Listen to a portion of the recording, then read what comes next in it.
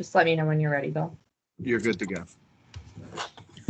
Great. We'll call our March meeting to order, and I'd first like to ask our board to approve the virtual procedures for today's meeting. A motion has been made to adopt the new procedures.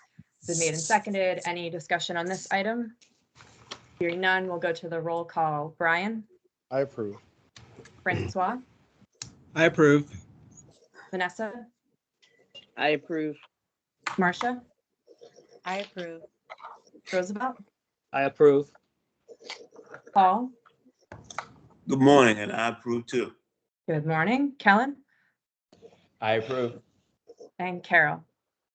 Approve. Motion carries unanimously. Item 2, a motion to approve the minutes from our February 2022 meeting has been made and seconded. Any discussion on this item? Hearing none, we'll go to the roll. Brian? I approve.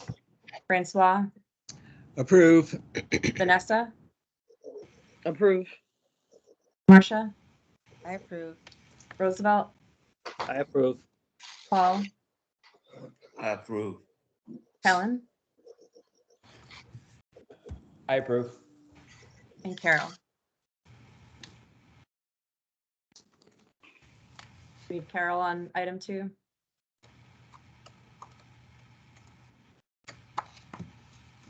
Okay, motion. I approve it. I'm sorry. I'm approving. That's okay. Thank you. Motion carries unanimously. Item 3, a motion to approve 175 pension applications and 75 withdrawal applications has been made and seconded. Any discussion on this item? Hearing none, we'll go to the roll. Brian? I approve. Francois? Approve. Vanessa? Approve. Marcia? I approve. Roosevelt? Approve. Paul? I approve. Helen? I approve. And Carol? Approve. Motion carries unanimously. Section 4. 4A, a motion to approve the service-connected disability benefits for Charles Bondiski has been made and seconded. Any discussion on this item? Hearing none, go to the roll. Brian? I approve. Francois? Approve. Vanessa? I approve. And Marcia? Approve. Roosevelt? I approve. Paul? Approve. Kellen? Approve. And Carol? Approve. Motion carries unanimously. 4B, a motion to approve the service-connected disability benefits for Terry Covington has been made and seconded. Any discussion on this item? Hearing none. Brian? I approve. Francois? Deny. Vanessa? Deny. Marcia? Deny. Roosevelt? I approve. Paul? I approve. Kellen? Approve. And Carol? Approve. The motion carries 5-3. 4C, a motion to approve the service-connected disability benefits for Andy Ray Conover has been made and seconded. Any discussion on this item? Okay. Brian? I approve. Francois? Deny. Vanessa? I deny. Marcia? Deny. Roosevelt? I approve. Paul? I approve. Kellen? I approve. And Carol? I approve. Motion carries 5-3. 4D, a motion to approve the service-connected disability benefits for Marvin Thomas has been made and seconded. Any discussion on this item? Hearing none. Brian? I approve. Francois? Deny. Vanessa? Deny. Marcia? Deny. Roosevelt? Approve. Paul? I approve. Helen? I approve. And Carol? I approve. The motion carries 5-3. 4E, a motion to approve the service-connected disability benefits for Benjamin Cruz has been made and seconded. Any discussion on this item? Hearing none. Brian? I approve. Francois? Deny. Oh, sorry. Nope, sorry. I approve. Vanessa, I approve. Marcia, Approve. Roosevelt, Approve. Paul, Approve. Kellen, Approve. and Carol. I approve. The motion carries unanimously. For F, a motion to approve the service-connected disability benefits for William Eganol has been made and seconded. Is there any discussion on this item? Hearing none. Brian, I'll abstain. Francois, Deny. Vanessa, Deny. Marcia, Deny. Roosevelt, Deny. Paul, Deny. Kellen, Deny. and Carol. Deny. The motion fails 0-7 with 1 abstention. Moves us to 5A, a motion to approve the service-connected death benefits for Enrico Capitola, the deceased, regarding Maria Capitola has been made and seconded. Is there any discussion on this item? Hearing none. Brian, I approve. Francois, Approve. Vanessa, Approve. Marcia, Approve. Roosevelt, Approve. Paul, I approve. Helen, I approve. and Carol. Approve. Motion carries unanimously. 6A, a motion to approve the survivorship benefits regarding Philander Brinkley, the deceased, for Doris Brinkley has been made and seconded. Is there any discussion on this item? Okay, hearing none. Brian, Deny. Francois, Deny. Vanessa, Deny. Marcia, Deny. Roosevelt, Deny. Paul, Deny. Helen, Deny. and Carol. Deny. The motion fails 0-8. 7A, an application to rescind the drop enrollment for Angel Cologne has been made and seconded. Is there any discussion on this item? Hearing none, we'll go to the roll. Brian, Deny. Francois, Deny. Vanessa, Deny. Marcia, Deny. Roosevelt, Deny. Paul, I deny. Helen, Deny. and Carol. Deny. The motion fails 0-8. Moves us to section 8, old business. 8A, a motion to approve the request to change the survivorship options after the deadline regarding Anthony Moore has been made and seconded. Is there any discussion on this item? Yes, Jackie, I have some discussion. Go ahead, Helen. So I was on the panel and voted to deny the application based off of my understanding of sort of the general practice around changing the benefactor, or the designee rather, after the deadline. I read through the stuff again, and there seems to be pretty credible evidence there from doctors that Mr. Moore was suffering from early stages of dementia, which to me would call into question his ability, his judgment at the time. And based off of his testimony to the panel, he feels, as he's now struggling further with some of the mental issues, that he was taken advantage of by what's now his ex. So considering the dementia aspect that the doctors presented and that I read after the fact, I'm going to change my vote to approve it. I just wanted to share the reason why with the group and point out the medical issue, which to me shows an extraordinary case where the judgment can be in question and that he should be able to change his designate.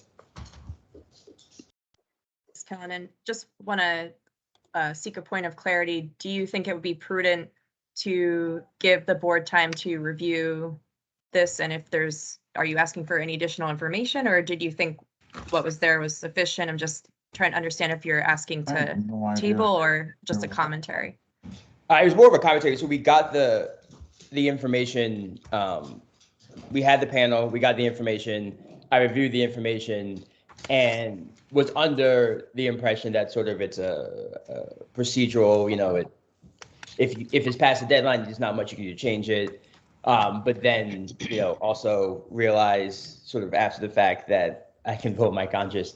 And in my opinion, I think this thing was this situation was extraordinary enough that I would break from the norm and vote that it should be approved.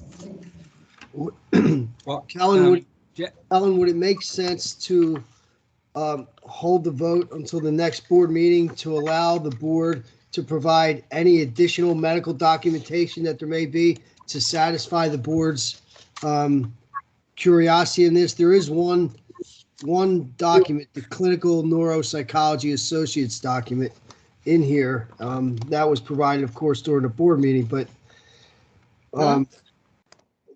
that was dated 2022. The form was signed back in, almost a decade before that, right? Almost a decade before 2022.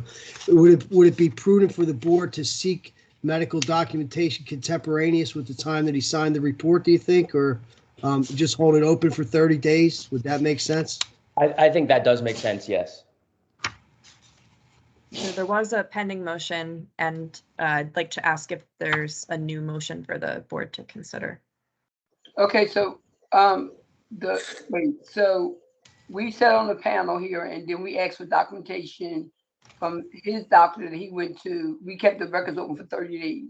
And that's the information they send us within the 30 days. So, did the rest of the trustees get that information? Everything that's here went to everyone who's on the panel and Okay. and to the board. Yeah, everything. Yeah. Okay, so, in fairness, I will, Jackie, ask for, can we table this case for 30 days?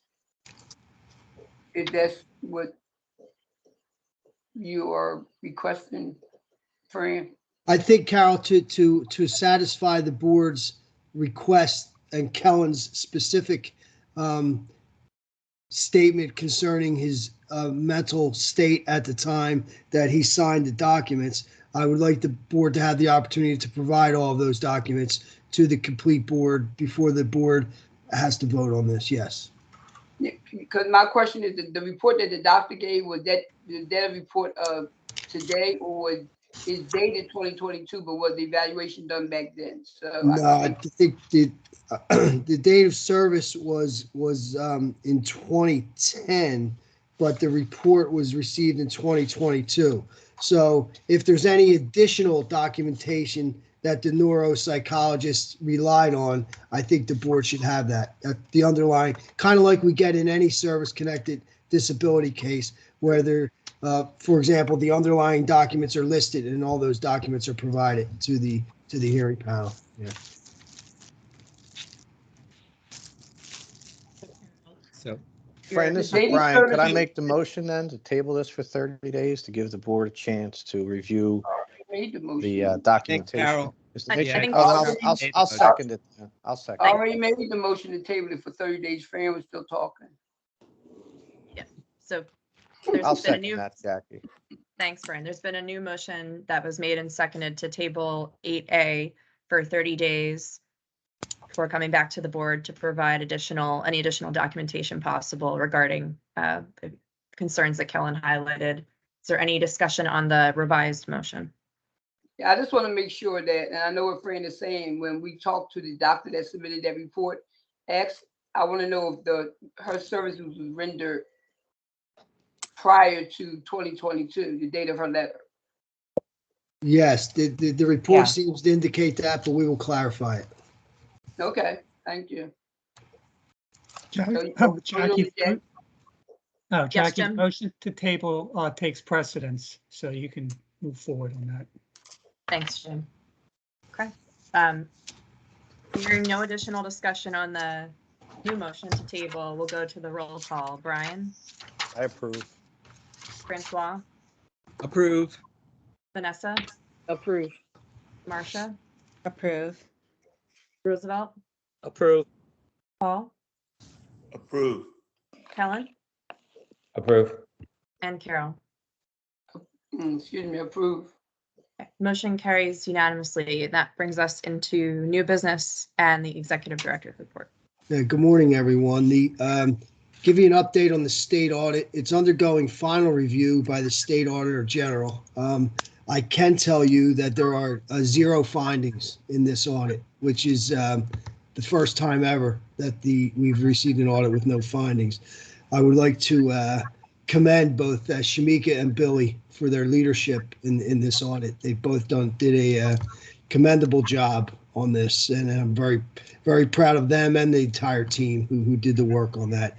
There is some commentary in there by the state auditor general, as I think Kellen could probably nod his head, that there always has to be some sort of statement in there whenever someone does an audit. So I think there's commentary on the fact that the fund has made very good progress, but that they look forward to more progress, so on and so forth. So you'll never get all smiles from an audit, but this is a very good audit. This is probably the best audit that we've ever had. So great work by the audit team and everyone else. I'm very proud of them. The medical panel RFP, we're still upon finalization. The medical panel subcommittee, which includes Carol, Marcia, Kellen, and either Jackie or Sherilyn. We don't have the final person yet, but that will be commenced once everything is finalized. So we have not forgotten about that. The NC PERS Annual Education Conference, I think everyone, that's already been approved by the board, but everyone received a flyer on that. Carol will be a delegate at that annual conference.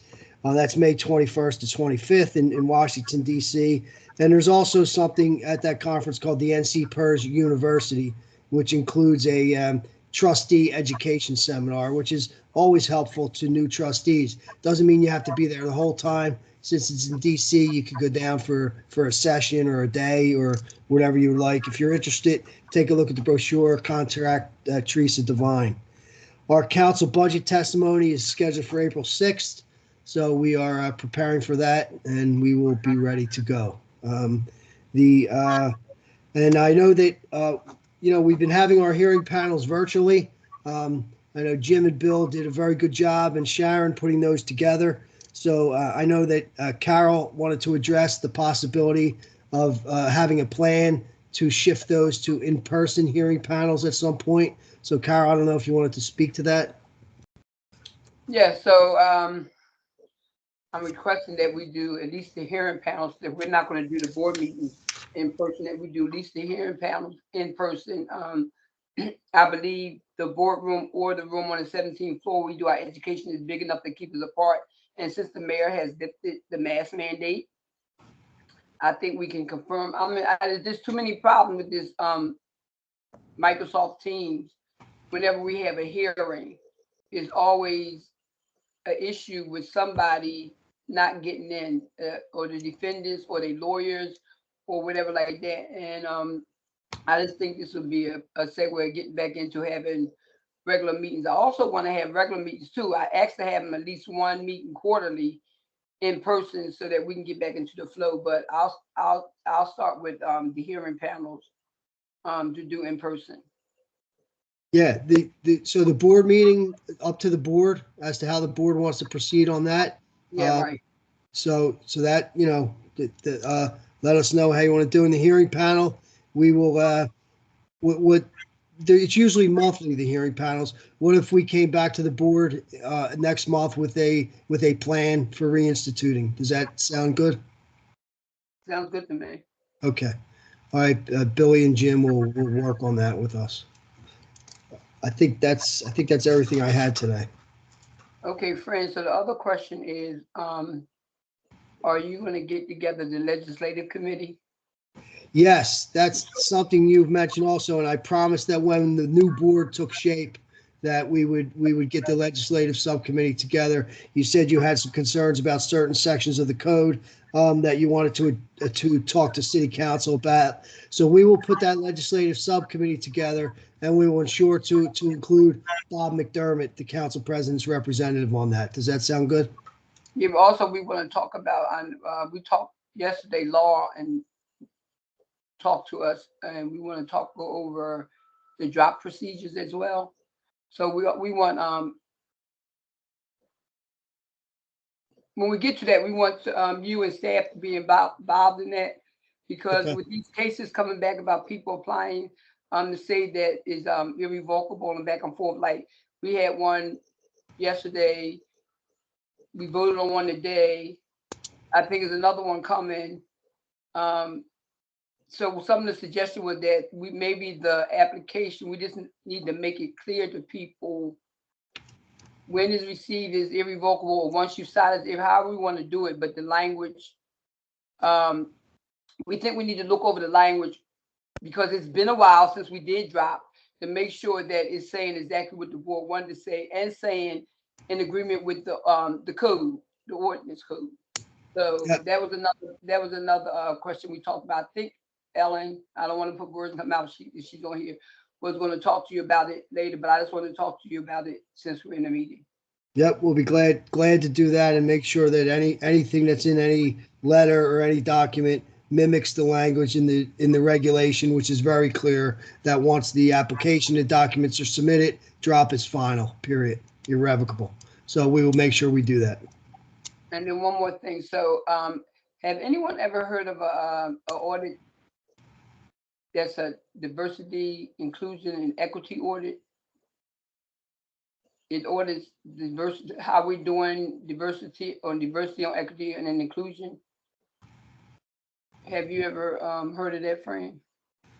I know there are organizations in other countries, based in other countries, that are starting to put together audits of diversity and inclusion. I know there's one in the UK right now that is soliciting public pension funds to join that. And the question is whether or not their requirements are similar to ours. But yeah, I have heard of that, yes. Well, actually, it's several. I was on meeting yesterday, and it's Initiative for Responsible Leadership had a webinar on it yesterday, and there's several funds. I know SEIU and another fund is starting to they put together some language. But if I get the language and everything for you, if I get the language, I'll pass on to the board so the board can see what I'm talking about. And, I'm not saying we have to do it, but it was just something that sparked my interest. That's all. Yeah, and that could be know about. that could be the subject of a subcommittee of the board. I think we have a diversity subcommittee. I'm pretty sure we do. If not, we can form one. So I think that's probably a good idea. Okay, all right, thank you. That's it for me. Thank you, everybody. All right, thanks, Carolyn. Fran, I Thank you, Carol. just wanted to thank your entire staff for their work on the audit. That's really important. And so thank you for all of the hard work that they do. Yes. Is there any other new business before the board? Okay, that moves us into the litigation summary.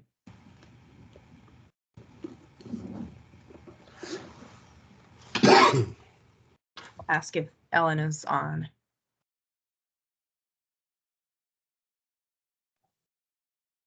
I don't see Ellen. Check. Okay. Is there anyone from the law department that can speak to this?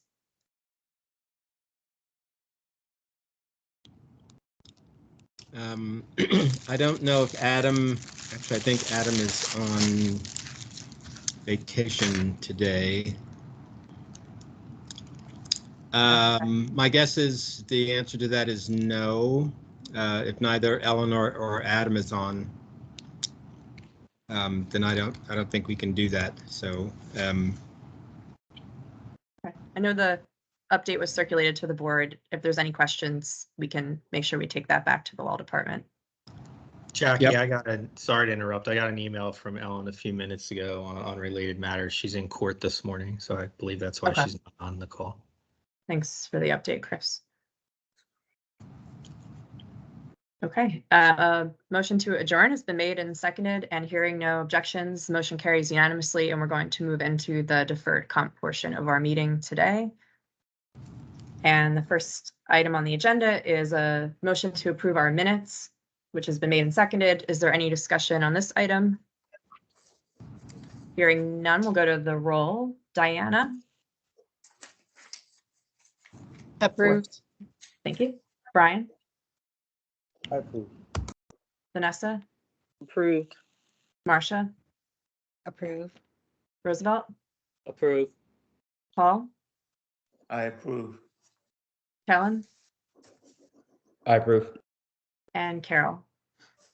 Approved. Motion carries unanimously, and that moves us into the plan update and the activity report.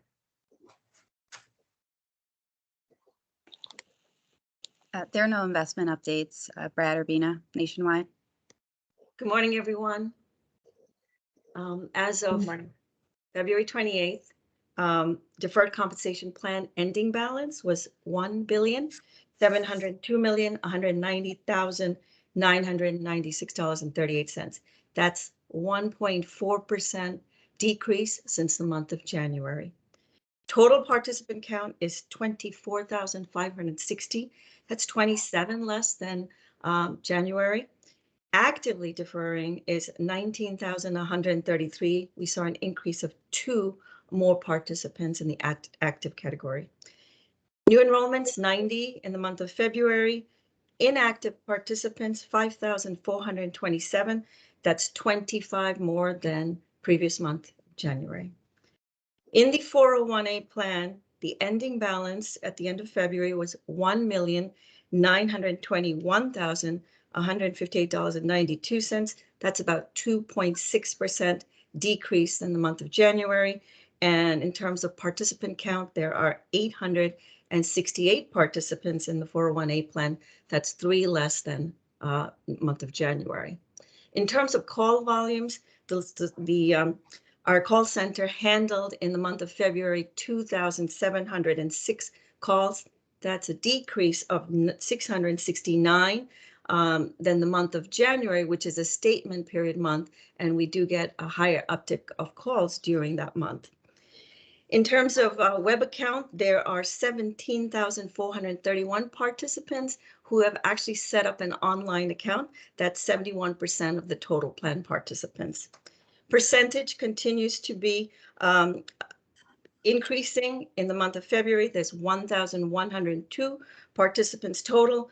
That's contributing towards the percentage options. That's 48 more than the month of January.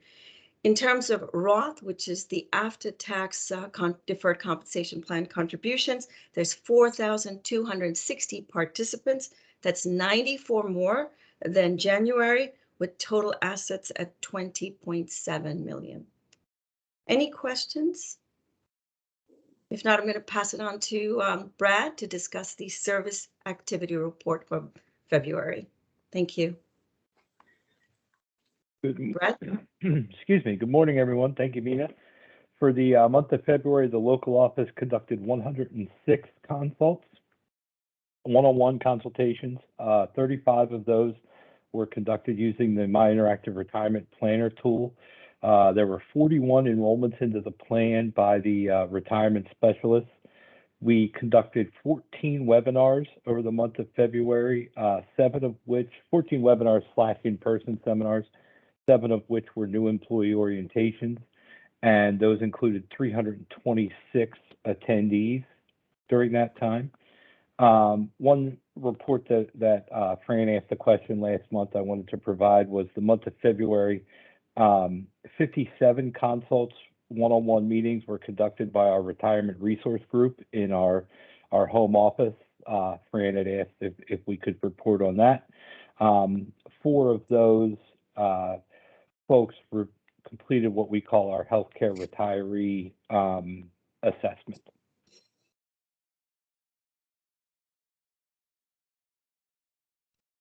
Bina, any questions from the board? Yes, I have one question. Brad, has DC 33 reached out to you yet about setting up a seminar for new hires? Marcia, we've spoken briefly. We haven't finalized anything. I think the DC 33 they contacted Candace Yes. because she does most of our new employee orientations. I don't think anything has been finalized, but I will check with Candace just to make sure. Okay, and if she needs any help in that regard, if she could circle back around to me, because we're very anxious and interested in getting DC 33 employees orientated to the retirement, the deferred comp plan. 100%, Marcia, could not agree more. We do one every 2 weeks for DC 47. That Carol is very, important and also presents that in having us become a part of it. And I know the members really appreciate getting that information right away. So we're certainly looking to do that. And the other question I have is there any way we could understand the participation percentage by union? Because that could be a helpful piece in terms of just people being in control of their financial planning for future, in terms of understanding by union and by group what the participation rates are. Because if we find that one group has less than another, then we really want to push the envelope in terms of really educating employees. Is that possible? I believe it would be. I can work with probably Bill. I would imagine that information would be available through One Philly. So maybe me and Bill can get together and discuss running a report from One Philly on that information. Okay, that's terrific. Thank you so much for that. Yeah, and piggyback on that, Marcia, it's going to be just from my perspective, and like Brad said, because and I say kudos to the uniform because they're more ahead of the non-uniform. So but thanks to the uniform, they the one encouraged me to help get my union more involved. So it's going to be a little less participation on the non-uniform side, but that's a good acts of you, so then everybody see where we're at, and then we might have to reconvene our deferred comp education committee, because we did have an education committee too, because that's how we started developing the seminars and the presentation of how they go out and talk to the members. So we might have to do that once we look at that. But thank you, that's a good ask. Okay, great. Yes, and I've been talking to DC 33 about, I know they're starting orientation classes, and we just need to understand just how we can push the envelope and get more employees engaged. Absolutely, Marcia, and just so you know, we're ready, willing, and able to join those, and we can do, whatever works for their schedule, whether it's virtual, in person, if it's 15 minutes, if it's a half hour, whatever works with their schedule, we're ready, willing, and able to participate.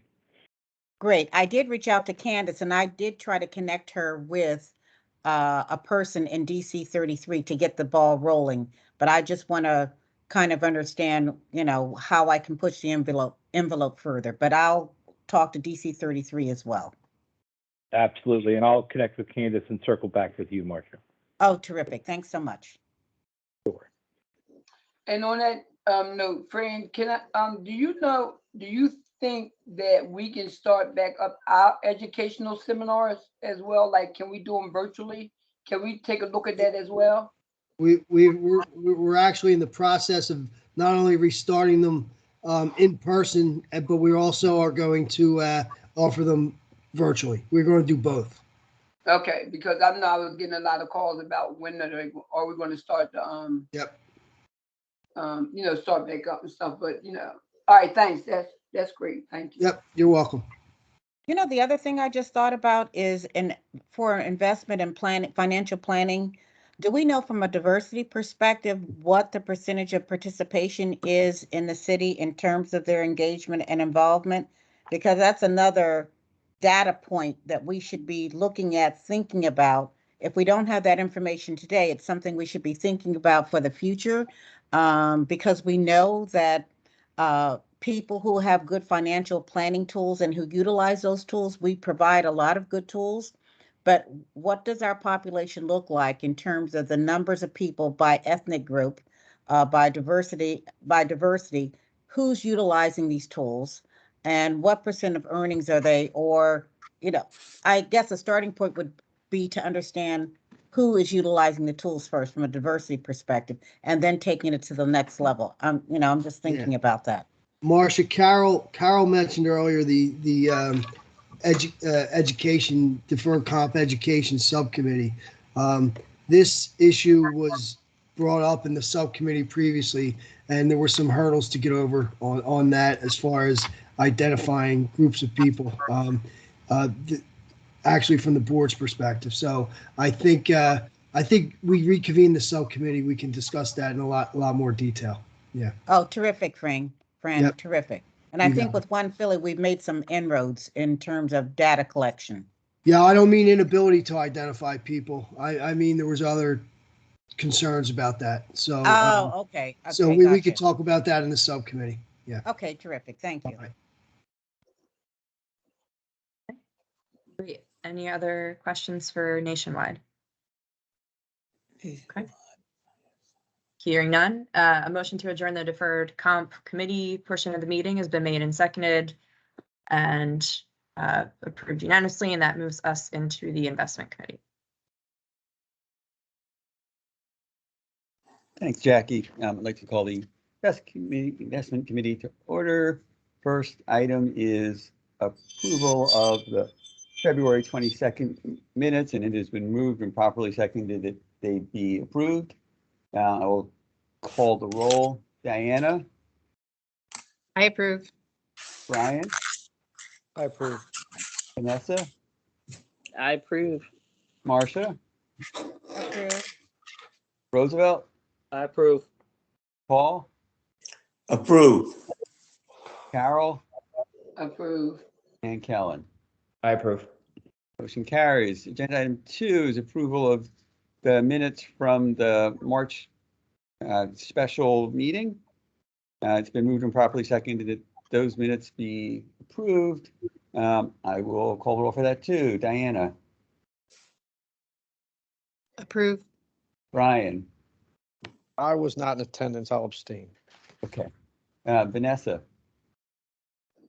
Approved. Marcia? Approve. Roosevelt? I approve. Paul? Approve. Carol? Approve. And Kellen? Motion I approve. carries. I think I didn't even wait for you to say approve, did I, before the motion carries? I was just so You read my excited mind, about it. Bob, it's fine. Rob, could you move Carol to the end of the line and with respect to her position as vice chair and move Kellen up? I could. I was just doing it alphabetically, but I could Oh, do that. I was moved to the end of the line? Oh. Okay. All right. Thank you. I'll try to remember, Jim. It's going to be a challenge, but I'll try. It's all right. Agenda item 3 is the Chiron Actuarial Presentation Experience Study. Good morning, everyone. Good morning. Good morning. Give me a second here to share.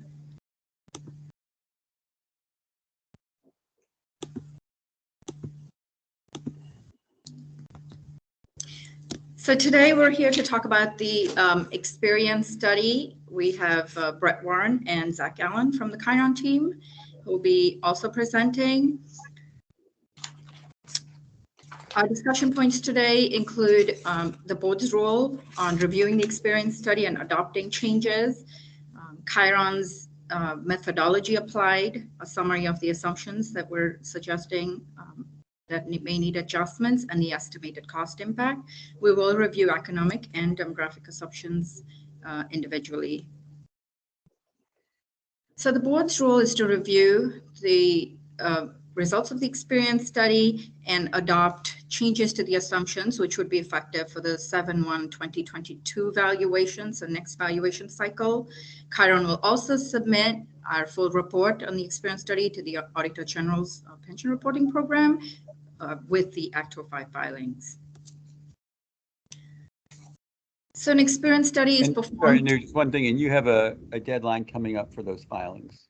that correct? Correct. The Act 205 forms itself are due on March 31st.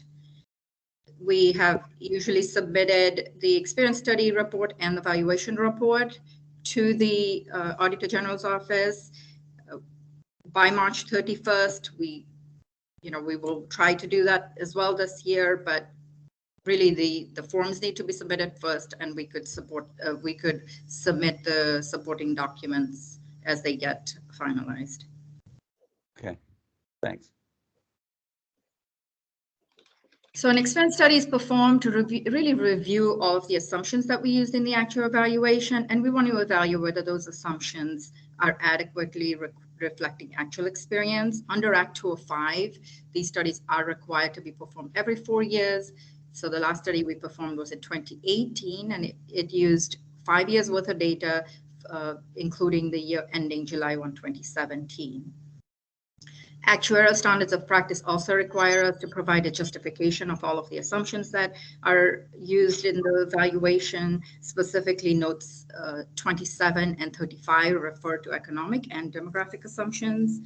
And we need to remember that the assumptions are intended to be long-term in nature because a pension plan is long-term, and the actuarial standards of practice do require that each assumption is reasonable, both individually when you look at each assumption and in aggregate for the whole system.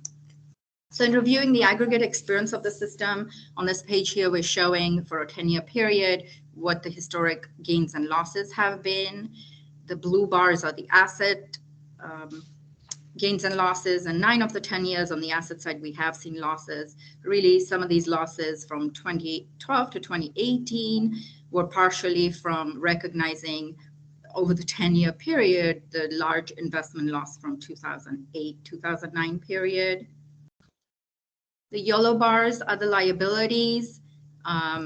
In this most recent period, so the last experience study was done using data as of 2017, and assumption changes were employed for the 2018 valuation. So if we look at the period between last experience study through now, we really haven't seen any big swings. In 2021, we see this big liability gain, but that's specifically from the, as discussed at the last board meeting, it was from the one-time adjustment in the accredited service where the system records were updated to reflect breaks in service.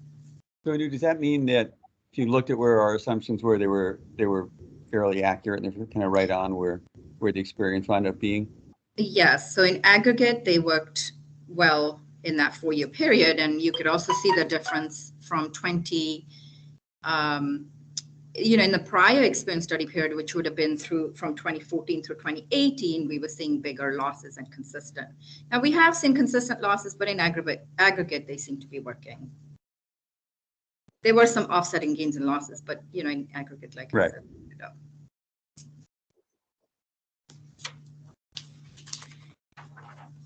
So looking at the unfunded liability through the experience study period, so we're starting off at July 1, 2017, which is the beginning of this experience study period. The unfunded liability was $6,088 million. And we break out all of the sources of changes to the unfunded over that 4-year period. Investments added unfunded liability, mostly from the losses, $376 million.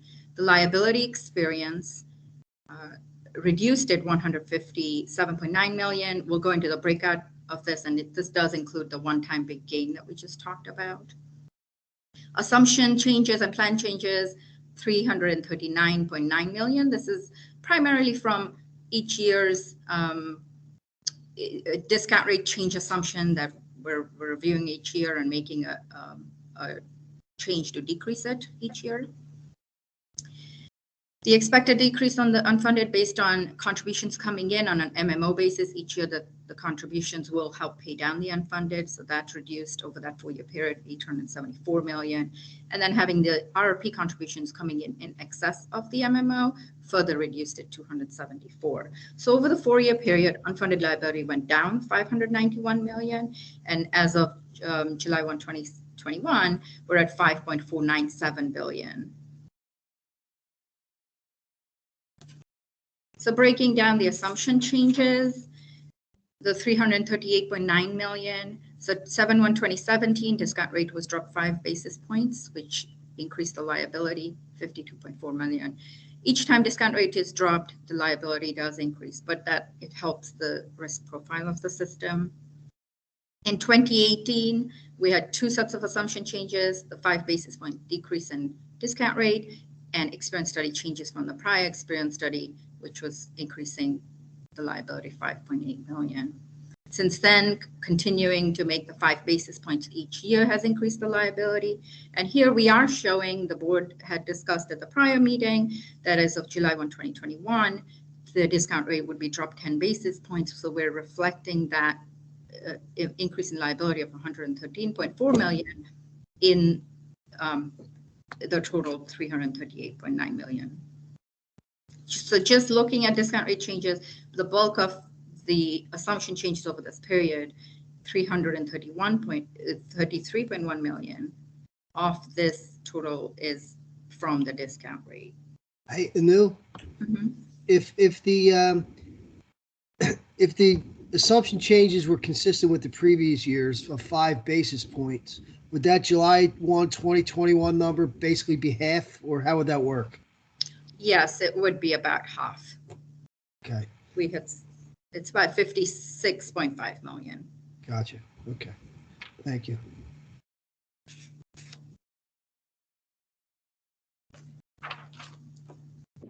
So for the experience study, we look at 2 categories of assumptions. The economic assumptions, they deal with system-wide changes. Some of these are already reviewed each year. So our presentation today really is focused more on the demographic experience, which deals with specific membership behavior. So that would include mortality, retirement, termination, disability, and then we look at other assumptions, including marriage assumption. Generally, we would propose changes when the assumptions are different from the actual experience we're seeing. But when making those adjustments, we'd still want to reflect any future expectations that might be different from the historical experience. And we may determine whether or not to fully adjust to meet current experience, especially if we're aware of any temporary factors that might be affecting past behavior. So we want to look at historical, but also consider for future changes that might be different. So summarizing the economic assumptions, for the 2021 valuation, the 7.5% reduction to 7.4%, and this is an assumption that is reviewed each year, as we just saw. The salary increase, we do have a salary increase rate by age. General and municipal employees, uniformed employees, we do review them separately. We are proposing some very small adjustments, and we'll go into the details of that. The inflation assumption typically is a building block assumption that would go into the investment return, expected investment return, or be built into the salary increase. For our system here, there is no direct impact of changing that assumption. Historically, we were in a low inflationary period. It is, and currently it's starting to increase very rapidly, but because it doesn't really directly affect any, there's no direct cost impact, we're not proposing any change. But if you called it a building block, so if that were higher, the place you might see that is in some change in the earnings assumption. Right, so the real earnings rate would decrease. Okay. For payroll growth, payroll is different from the salary increase because when we look at pay increases, we're looking at individual members and how their pay might increase over time, where entry level, younger or early career members would have higher increases as they get promoted, but as their career progresses, they may expect lower increases, eventually getting down to an inflationary amount. But when we talk about payroll, that's different because we're talking about the total salaries for all active members. So that assumption is used primarily in our projections. When we do our projection, what we expect the future payroll to grow at. We also use that assumption to increase future administrative expenses. So we're not proposing any changes to that assumption right now. Administrative expenses, we review those every year based on the prior admin expenses, and we're not proposing any changes either on that. So demographic assumptions, starting with the mortality, we're summarizing here what our current assumptions are and the alternative that we would like to propose for consideration. Typically, for most other assumptions, we would review the plan-specific experience and develop an assumption based on plan-specific. Mortality is different in that we would rely on standard tables that are produced based on extensive mortality studies conducted with larger amounts of data and across the country. Our current assumption is based on what was called an RP 2014 mortality-based tables. These were the most recent tables available at the last experience study. They were based on private sector membership, and we typically, our process has remained the same. We would take the standard table that's most recently available and most closely matches the actual membership for the system, and we would make adjustments for by municipal and uniform, by male and female. We would make adjustments to the standard tables to match plan experience. So we continued that similar methodology, but we are proposing that we shift to what's called public 2010 tables. So since our last experience study, the society actually did conduct a large, extensive mortality experience study, and more specifically, they reviewed mortality for just public sector plan data. So Pub 2010 tables are based on public plans across the country, and the tables included, again, reviewing males, females, but the job categories that they reviewed was specific for general employees, safety employees, which includes police and fire, and teachers. So when did they do that study? So it came out probably in 2019, I want to say. The study is actually based on data through 2013. Okay, so this was before the pandemic. So any impact of the pandemic is not included in this? Correct. Okay. That's not included in this. And really, in reviewing experience, they're at least on a 2-year lag. So it's still being collected, relevant data with the pandemic. Yeah, Rob, you were in my head. That was my question as to whether 2020 and the pandemic numbers were reflected on here. And thank you for that answer that they're not. I guess, do we have any early predictions or early guesstimates as to how those numbers would impact these assumptions? Right. So there is, in reviewing the excess deaths from the pandemic, in the 1-year data, there was some extra deaths. Reviewing just the systems experience, looking at a 5-year average, they weren't enough to skew the results. Now, this is just 1 year. We just have data through July 1, 2021. So, not even the full year for 21. The early predictions for mortality studies that have been conducted is that COVID-19 has not had any long-term impact on life expectancies. So in looking at long-term, whereas we saw the 1 year, some extra deaths, and it wasn't even consistent through all groups. It just wasn't enough to skew the results when we look at 5 years and then project forward on a long-term basis.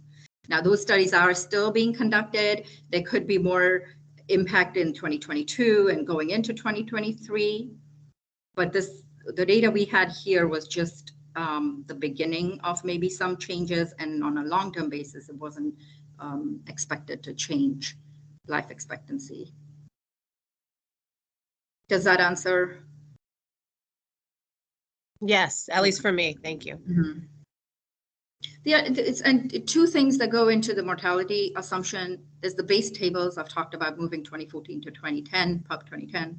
There's also this projection that there's a mortality improvement projection. So studies have shown that over time, there are improvements in life expectancies. So a 65-year-old person in 1970 may have had a lower life expectancy than a 65-year-old in 2020 because of improvements in, medical advances and improvement in life. There's improvement over time. So we are. I thought I knew that there were some studies in last year or this year that showed that had changed for the first time in decades. Life expectancy actually went down rather than up. Right. So the first improvement studies were done based on in 2014 or released in 2014, may have been based on data through 2010, and they were over projecting the improvements. So since then, for 3 years consistently, we were seeing that the improvements were not as high as what was originally projected.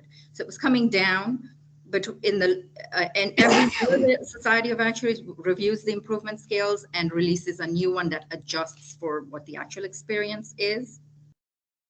Typically, those projections are expected to be projected for all future lifetimes. It's called generational improvements. For our system, we have not moved to a generational basis. Last experience study, we project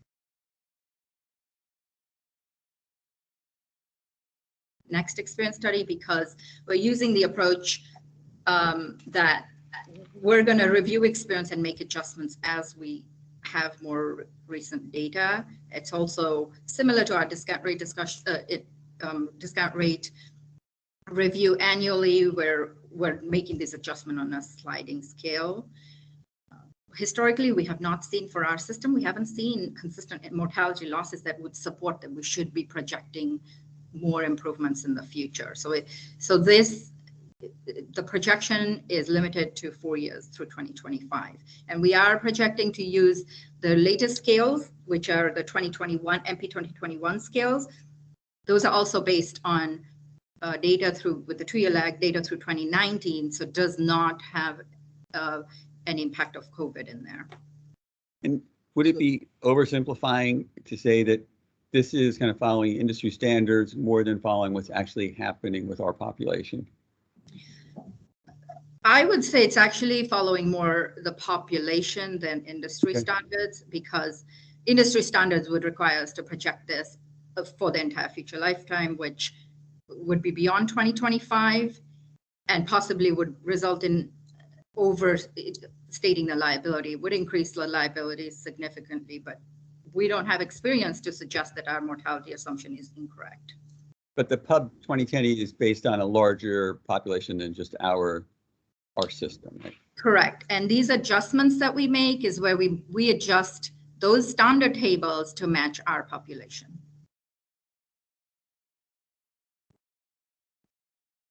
And Rob, I think a little bit where the differentiation comes in is that the news numbers are based on the Society of Actuaries study. And as she indicated, it's data through 2013. If you look at the CDC analysis, in the first half of 2020, life expectancy at birth actually decreased 1 year, including 1.2 years for males. So that's the study I was thinking. I think that's the difference that we're talking about. So the Society of Actuaries is a different analysis than the year-to-year CDC study, let's say. And this first half of 2020, I mean, it was not a whole year of COVID at that point. So I think it largely excludes a lot of the COVID deaths that occurred. So it's a legitimate question, Rob, is what I'm saying.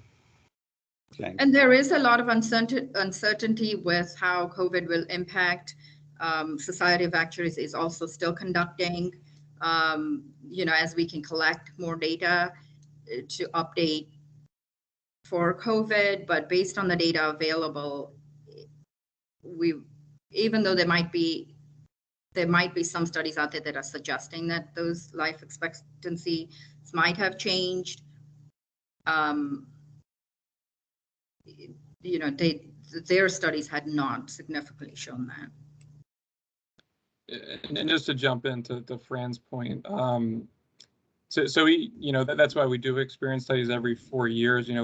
We are moving it slightly, as Anu mentioned, but we are taking the system into account. And when we review this again in 4 years, there's more data to support maybe those COVID-related adjustments. We would make further adjustments at that point. But as Anu said, we don't really have all that necessarily data in this study to make those adjustments right now. So, just for clarity, because Anu's information or Chevron's information is based on, like Fran said, the actuarial study versus the CDC. So go back to Fran's question, are you including, and I guess Rob too, are we doing this based on the information you gathered through the actuarial study, or in part with the CDC information? Right. So we do need to rely, because the CDC, I'm not familiar with the specific report, Rob, that you mentioned, but we do need to rely on standard tables, and those are produced by the Society of Actuaries, and the latest information there is these 2010 tables. Okay. We have reviewed the systems experience with regards to COVID, and with the 1 year of data we had in there, on average, we were not seeing that skewing the system, in the systems experience. Because the CDC may have the report, but they wouldn't have the mortality tables. We do need to rely on standard mortality tables, which are produced by the Society of Actuaries.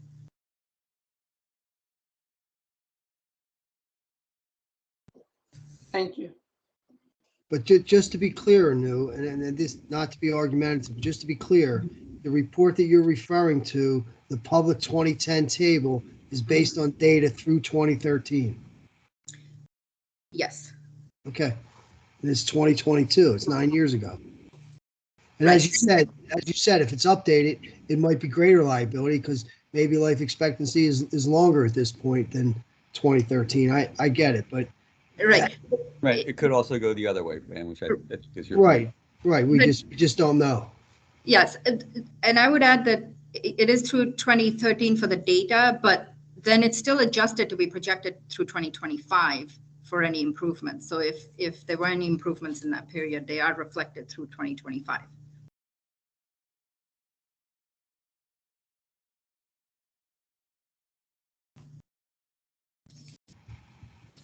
Projected improvements, not Yes. actual. Yeah, right. Projected, Right. correct. In fact, everything since 2013 is projected because that's when the actual data ends. Oh, yes. Yeah.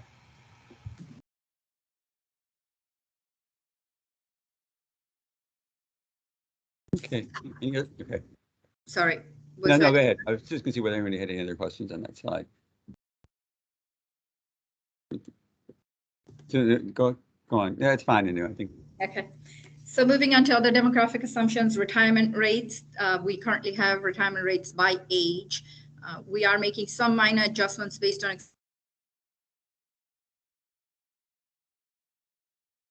Is that a new freezing? Anu, I think you froze a little, unless it was me. No, it froze on my end too, so. That was a new. Oh, I'm sorry. Can you hear me now? Yes. Yes. And do you Can you repeat that? see page 11? We do. Yep. Okay. Sorry about that. No problem.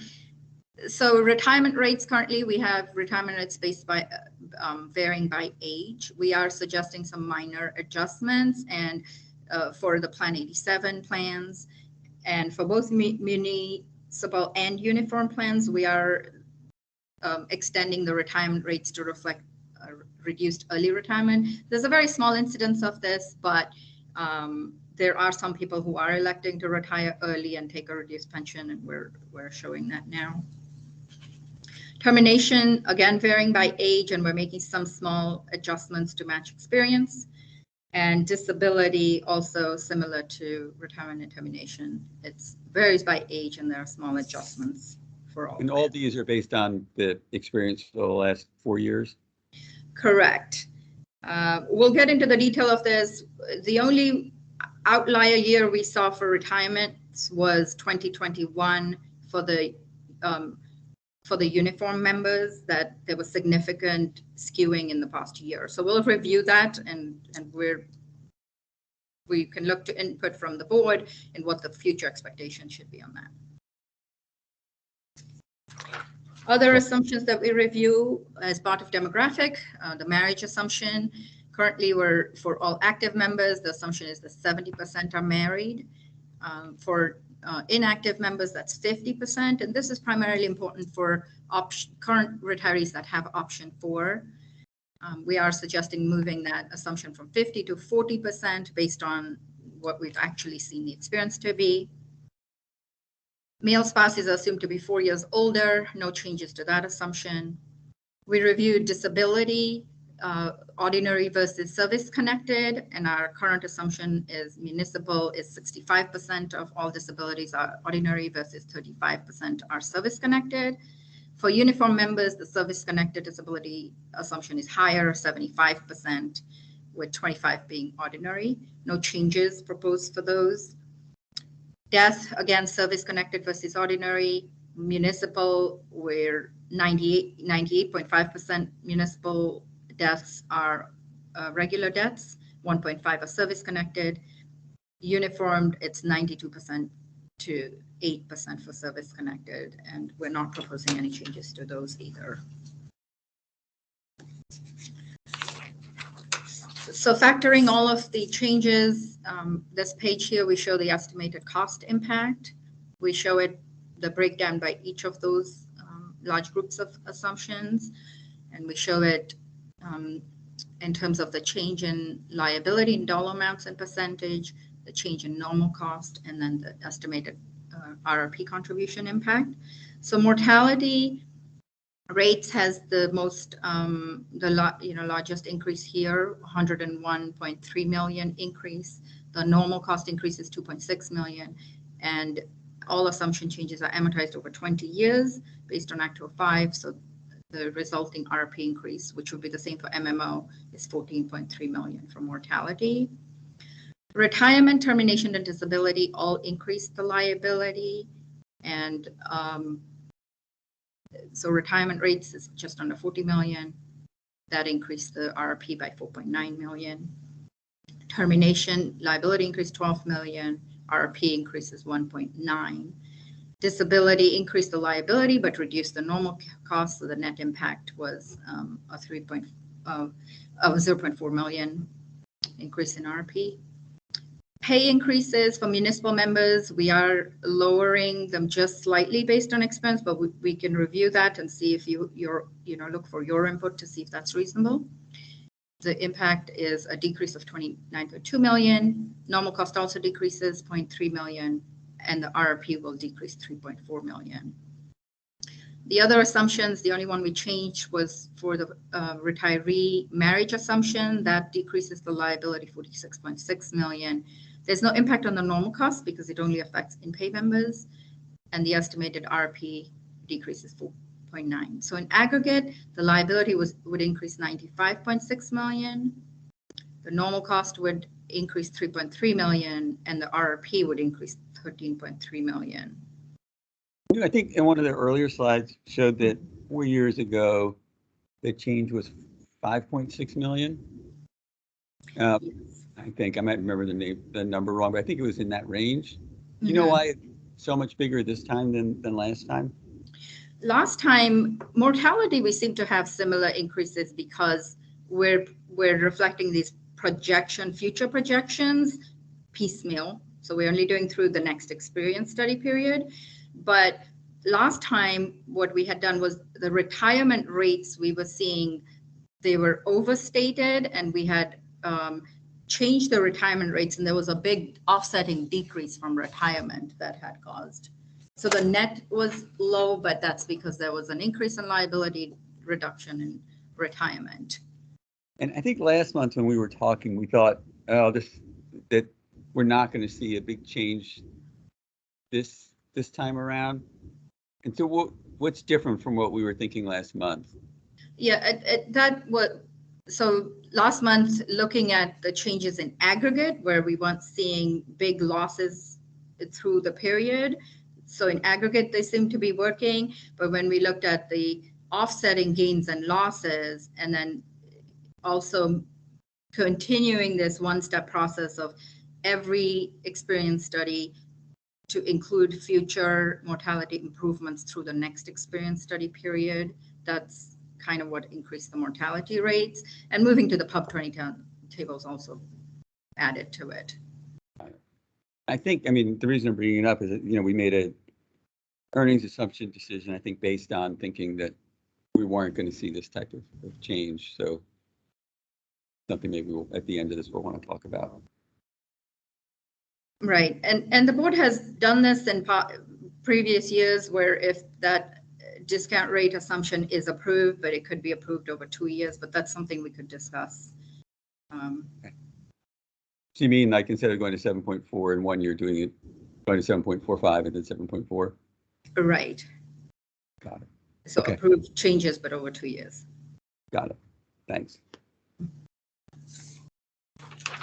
So we'll look at economic assumptions by individual first, and then we'll look at demographic. And looking at economic, we'll look at what's the systems plan experience, what's the historical data in general, what the expectations might be for the future, and just a quick comparison to what other funds might be doing. So with that, I will let Zach take over. Thanks, Anu. Good morning, everyone. Glad I could join you all today to go over a couple slides on the economic assumptions we reviewed for this experience study, of which we took a look at the investment return assumption.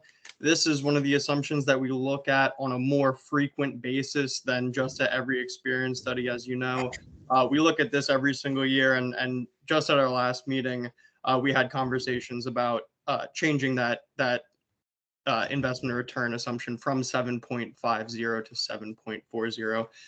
So that's where we currently stand. And the results in this presentation do account for the investment return and the discount rate to be at 7.40. Taking a look at experience since 2017, we've seen an investment return of 11.17%.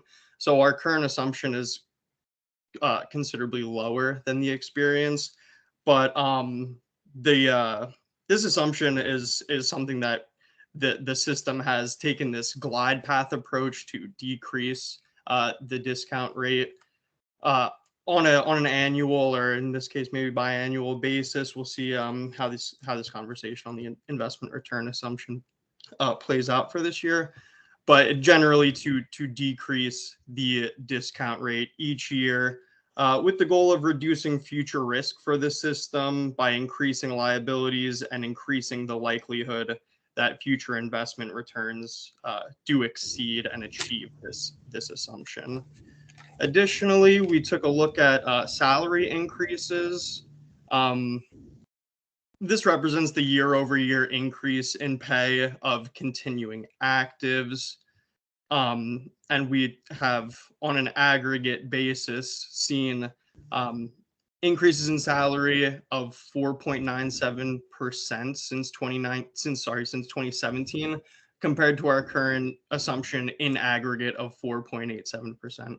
Obviously, we have different salary increase assumptions for municipal versus uniformed employees, but when you look at it all in total in aggregate, our salary increase assumption is generally in line with the experience that we've seen since 2017. So as Anu mentioned, we do have some very small modifications to the rates for a salary increase, but nothing really too major, as we've seen that our assumptions are pretty much lining up very well with the experience. Third was the inflation assumption. And Anu had touched on this. It does not have a direct impact on the valuation. It is an underlying building block of the investment and the salary scale assumptions. So it's not going to have a direct impact on any of the items in our valuation, but it does play into how the investment return, how the salary scale is developed. And this needs to be reviewed within the study. Our current assumption is 2.75% compared to actual experience of 1.92% inflation per year since 2017, based on CPI for Philadelphia, Wilmington, Atlantic City region. Additionally, the total payroll growth, this only impacts the city's funding policy contributions, as the initial unfunded liabilities are being amortized as a level percent of payroll, which is projected to grow at 3.30% per year currently. This is compared to actual experience of 2.39% per year since 2017. And that number you see there, 2.39, is a geometric average over the 5-year period. And yeah, we don't have any recommended changes to the inflation or the total payroll growth assumptions as they stand. Next slide, please. Thank you. Slide 16, this shows how investment return assumptions have been for other systems on average from 2001 to 2022. We did go over this slide in the most recent meeting, so I won't spend too much time going over all these different colors and bars. But the gist of what this exhibit is showing is that plan systems in the public plan universe of pensions have generally been decreasing their investment return assumption over the years, where back in 2001, you'll see the median is around that 8%, versus today we see the median investment return assumption for plans included in this study is around 7.0%. With Philadelphia right now, the system having a 7.40% discount rate based on our most recent conversations. The system is moving in the same direction as the entire public pension plan universe. Still, Zach, let me also add, since this is a public meeting, that this board has reduced the assumed rate of return for 11 consecutive years. So I don't want this to be misleading. Absolutely. The system has, as I said, been using this glide approach to consistently and gradually decrease the investment return and the discount rate assumption. So we're getting I guess a little bit more closer to that median as time goes on, and with future plans of continuing this glide path approach, continuing to de-risk the plan, and lowering that discount rate even further. And Chris, could you remind the board as to what our return is through December or January since inception? It's a little under 8%, I believe. The February number, since that's the most recent, we'll go over since inception, net of fees through July of 1998, which is the measuring stick that's used, 7.8%. And you met July of 1988, right? July of 1988. Sorry if that wasn't clear. Yeah. So just so the board is clear, our return, annualized return since inception, is well above the assumed rate of return. Correct. And another thing which is also important, and we touched on this last meeting, but when we look in the context of comparing to other systems may have made more drastic changes in reducing the discount rate, but may not be making the corresponding contributions. For our system, there is a requirement to make at least the MMO, and that the city has been making not just the MMO, but in excess, under RRP, which supports this glide path approach and reviewing the discount rate assumption and making small changes each year versus a drastic change and then not making the corresponding contribution. So our discount rate is more meaningful because we actually use it to figure out what we're gonna contribute. So,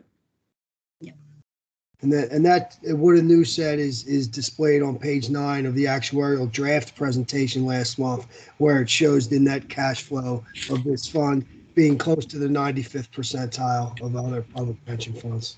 Almost a pay-as-you-go system, quite honestly, as the Pew report pointed out in April of 2019, which reduces our risk profile, as Anu indicated. Indeed. Thank you all for your comments on that side, for your input. Moving on here, we another one of the economic assumptions that I had mentioned was salary increase rates. We do analyze municipal and uniform experience separately and prescribe rates based on that experience over the period. So yes, as we look at the municipal and uniform experience as it corresponds to the current and proposed assumptions, we do understand that pay increases at sometimes can be tied more closely to negotiations than it is in some points to CPI. So as we look through these next two slides, we want to ask the board if this does meet your expectations for future experience, and if you have any input on how these proposed rates look. So we're looking here at the municipal groups. The red line is showing what the actual average increase has been over this 4-year period by age. The blue is our assumption, and the green line is the proposed. And really, the only changes we're proposing in these early years is just smoothing this out. And then in later years, there's a very slight decrease. Like you can see, the red actual is actually lower. And we understand that it's been a difficult time economically. There may be reasons for this reduction. That's why we are proposing a slight reduction. If you look here at age 45, it's about 0.35%. Of age 65, that's 0.25% reduction. So it's not a huge reduction, but we are reflecting a small change for the municipal for later years. And if that sounds reasonable, we think that based on what the future expectations would be, then we would propose this reduction. yes, generally the shape of our assumptions, I think, matches the total experience, but we do have some of, as Anu had mentioned, slight modifications to specific ages, specifically for the municipal group, lowering those rates past age 35. So you'll see at the bottom that terminal age 65 assumption going from just slightly down from 3.50 to 3.25%. And for uniformed, a very similar graph here, where the red is the average total increase that was actually experienced. The blue line here is the current, and the green is proposed. You'll see for the uniformed, we are recommending that earlier years prior to age 35 get slight increases to kind of match along with that actual experience, and then fewer changes after age 35. On slide 19 here, we show, or sorry, slide 20, we show the economic assumptions. Again, this is a core building block for some of the other assumptions, including the salary increases and the investment return assumptions. We understand at this point we are in a high inflationary environment, but this is a very long-term economic assumption, so we're not proposing any changes at this point, regardless of the CPI from December 2020 to 2021. As you can see, there's points between 1990 and 2022. I think you muted yourself, Zach. Oh, I apologize. I'm very sorry. I don't know how that happened. I pressed the button accidentally. My apologies. Yeah. So I don't know where it cut off there, but I was saying that we understand we are in a high inflationary environment at this point, and since the 1990s, inflation has kind of been higher than our assumption and lower than our assumption, but this is a long-term economic assumption. So despite the fact that CPI from December 2020 to 2021 is significantly higher than this 2.7%, we aren't recommending any changes, again, as this is a long-term assumption. So since the 1990s, inflation has averaged slightly less than the 2.75%, 2.2 for the past 30 years and 1.4 for the past 10 years ending in June 2021.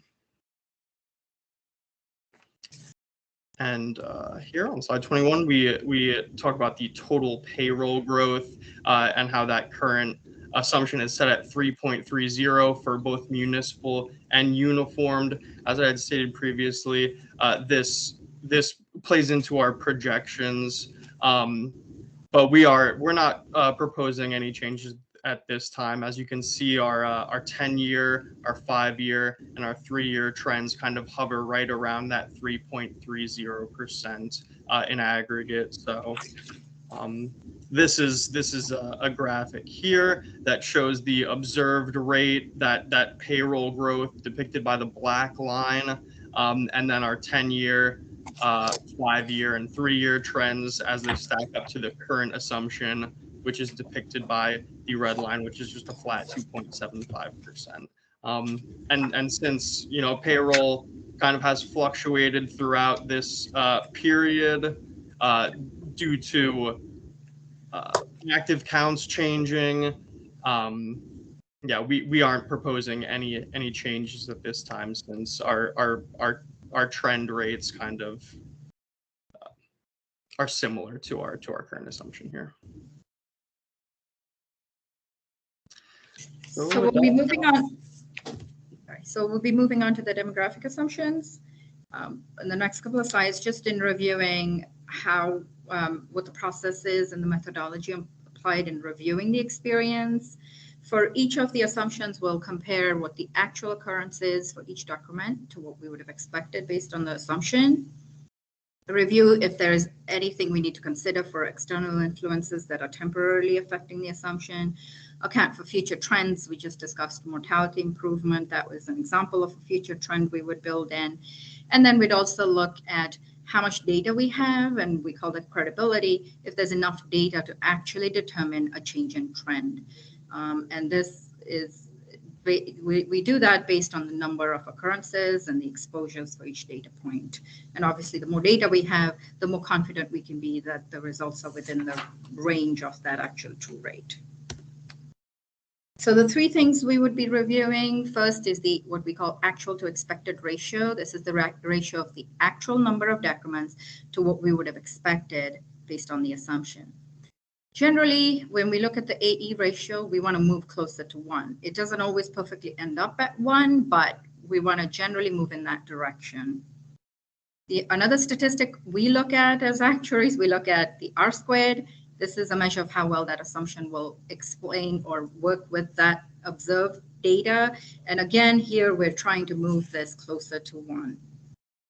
We also, for each data point, look at what we call the 90% confidence interval. And this is a range within which where the true rate will fall within that range 90% of the time. So the wider this box would be, the less data we have. So just looking exactly what I'm talking about with the illustration here for confidence intervals. When we have a wide bar like this, then we have less data and less confidence that the true rate is, the true rate could be anything between 0 and 30%. So versus when we have more data, we'll see a narrow gray bar, narrow confidence interval, which means we are more certain that that true rate is going to fall within that gray bar.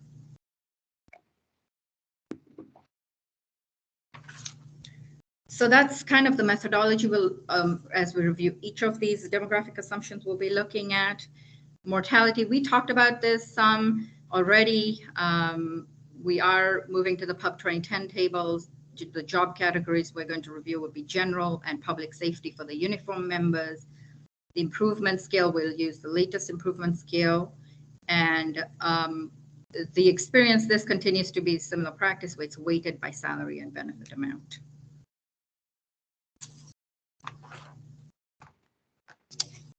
So this just shows healthy retiree lives and active rates are on Pub 2010 tables. For municipal, we're using the general member rates, and we're adjusting 109% for males, 126% for females. We have sufficient data to actually see that the experience matches those adjustments. For uniform members, we're using the safety rates, so that there's a table specifically built for police and fire members, and here we're adjusting 118 and 122%. For active member rates, because we have fewer deaths while members are active and it's the same healthy population, we're relying on the retiree adjustments and applying it to the active member rate tables. Disabled member retirees have different mortality based on disabled retirees having various health conditions that may have led to the disability. So we look at tables that are specific for disabled in-pay members, and we adjust 108% for males, 105% females for municipal, and 135% males for uniformed. So now we'll go into the tables, and I will let Brett take over here. All right, good morning. So this first table we're going to look at, and all the tables from here on to the end of the presentation, they're all going to be fairly similar in terms of what we're going to look at. So we're going to spend a little bit of time kind of going through everything on this table. We'll spend a little bit less time as we get onto the other tables because we're going to see similar trends, similar ideas, and kind of a similar display of what's going on here.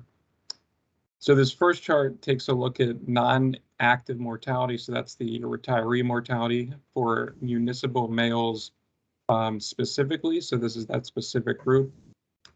The chart that we're looking in the top left, on the x-axis, we have it broken into age bands, so 50 to 54, up every five-year bands until we get to 95 plus.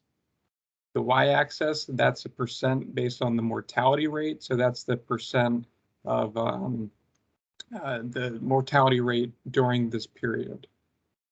We're showing four different indicators, I'd say, in this chart. So there's the confidence interval that Anu mentioned, that's the gray bars. So when they're really small, and we can see when we get to the lower ages and the 50 to 54, those bars are really, really narrow, which means we have a lot of data to support those numbers there. As we get higher in age, we could see that the bars tend to widen out.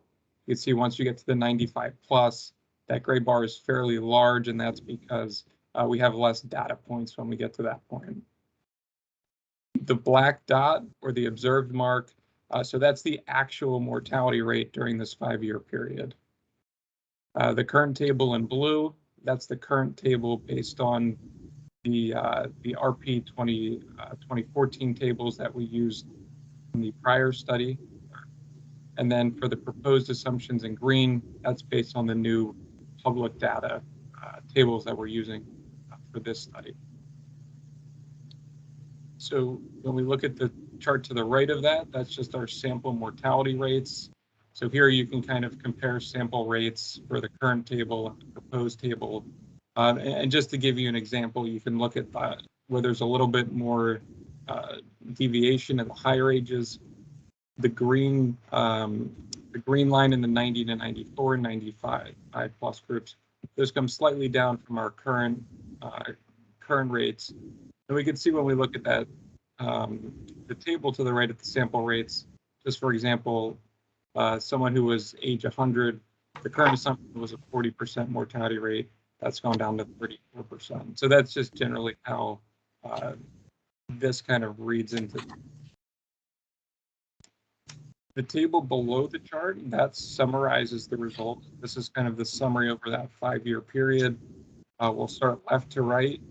So looking at the exposures, so there was about 45,760 exposures over a 5-year period. Just to tell you how we kind of come up with that number is so anybody who is a retiree at each evaluation is counted the study. So somebody who retired in 2017 and still retired this year, they would actually get 5 times. So in 17, 18, 21. if they retired last year, they were just counted for 1 year of exposure. So this is an accumulation of 5 years of exposure. And this is a very large number, and that's where it kind of ties credibility. There's a lot of credibility in the retiree group. The actual deaths, that's about, so that's the actual deaths over the 5-year period, just about 1,878 over 5 years. The next line is weighted exposures. So this is actually something that's really important. Pension plans, it's really important to weight the assumptions because we want this to be a liability. This is weighted by benefit amounts. So members who have higher benefit amounts have higher liabilities, members who have lower liabilities. So with that number basically represents all the exposures and add in their benefit payments for the 46 exposures. That equals about $2 billion. So that's kind of the baseline what we do with weighted deaths, which is to the right. And this is kind of where we're moving. Excuse me, Brad, your microphone is break it going up. Can Yes, you thank just have a new finish off here? Can you You're hear not me? coming through clearly. No, you're breaking up bad, Brett. Yeah. I think what Bill just suggested maybe is that Anu do some of the slides because we can't Yeah. really hear you, Brett. Sure. Okay, I didn't even realize that. It's not coming. Yeah, Yeah. no, it's Sorry about that. no problem. That's okay, thank you.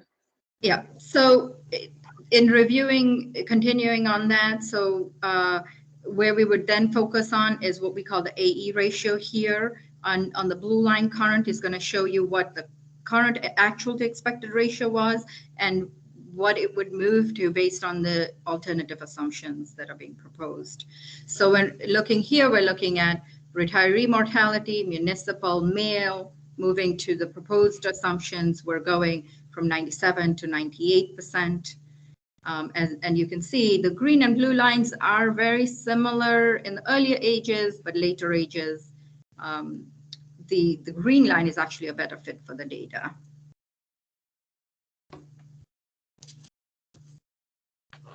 So then looking at that was municipal males, municipal females, similar analysis. This time we have 2,421 deaths. This is over the 5-year period. And the AE ratio moving from the current to the proposed is 97 to 98%. So we're going to move fairly quickly through the remaining because the analysis is similar. We're always looking at the green and blue lines, and then we're looking at the AE ratios. Now we're looking at retiree mortality, but uniform members, male, we have sufficient data here. The total number of deaths on the 5-year period was 1,309. The changes in assumptions moves from 96% for the current to 98% for the proposed assumption on the actual to expected ratio basis. Looking at the now still the uniform group, but females, because we look at male and female separately. We have fewer deaths here. So for retirees, this is probably, it's less than 1,000 deaths. It's 844 for the 5-year period. The actual to expected ratio is moving from 102 to 101 based on the adjustments we made. When we move to looking at the active member deaths, we're now looking at a younger population, ages 20 to 70. There are some between ages 50 and 70.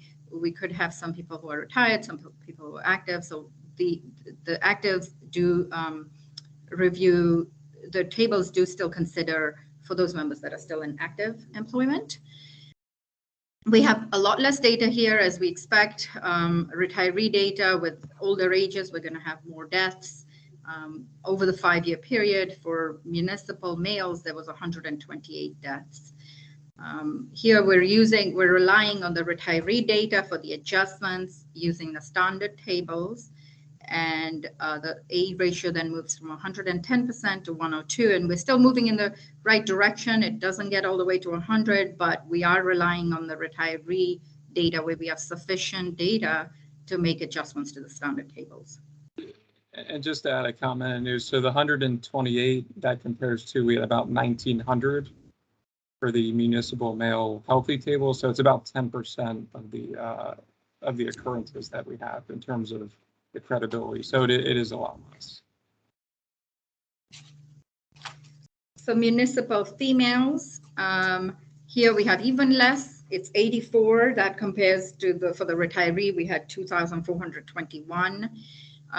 So here's where the actual to expected ratios have a wider band, but we have very little data. So we are relying on the standard tables and the adjustments that were made to the retiree data where we did have sufficient data to. So with a bigger set of data, you'd be concerned by that 122, but since it's so small, you think it's going to be hard to get it closer? Is that kind of what's going on?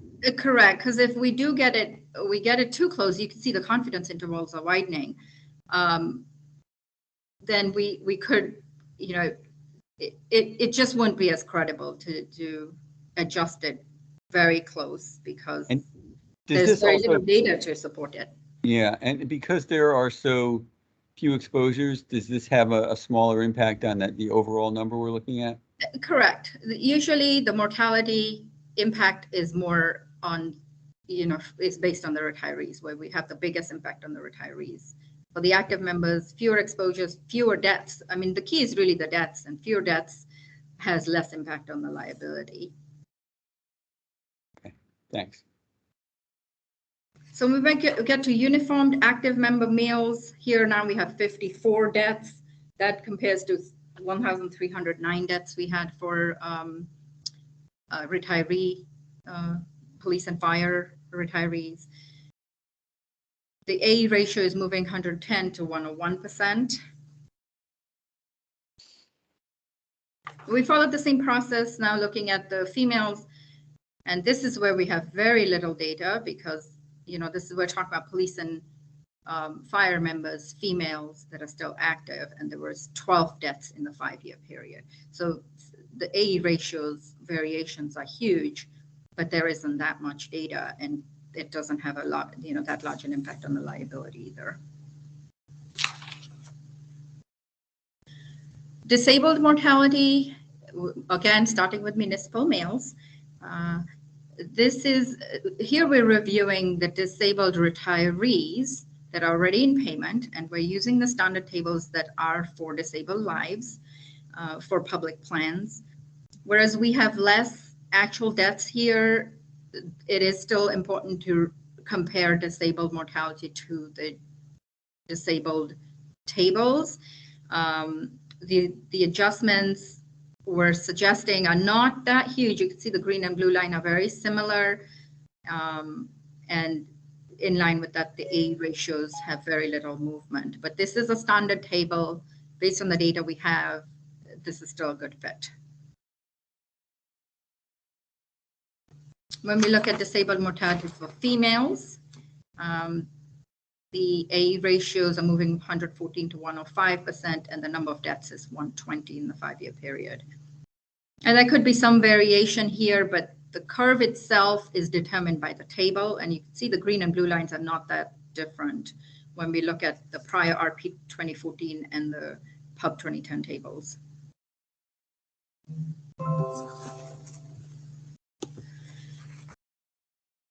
So now looking at uniformed males, this is retiree mortality.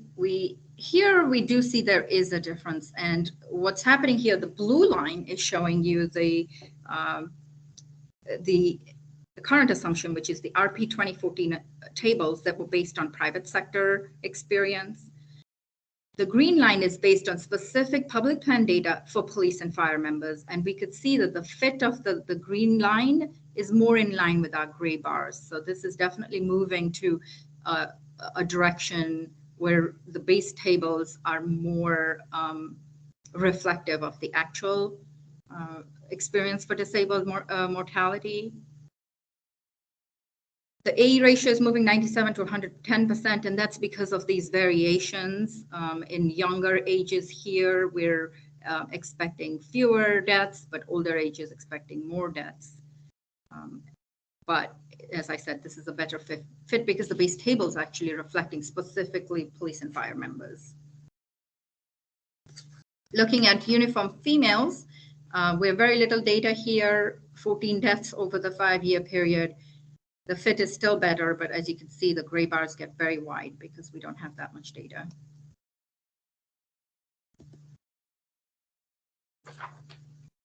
So in looking at the retirement rates, we review retirement rates for 67 and 87 plans separately because 67 plans do have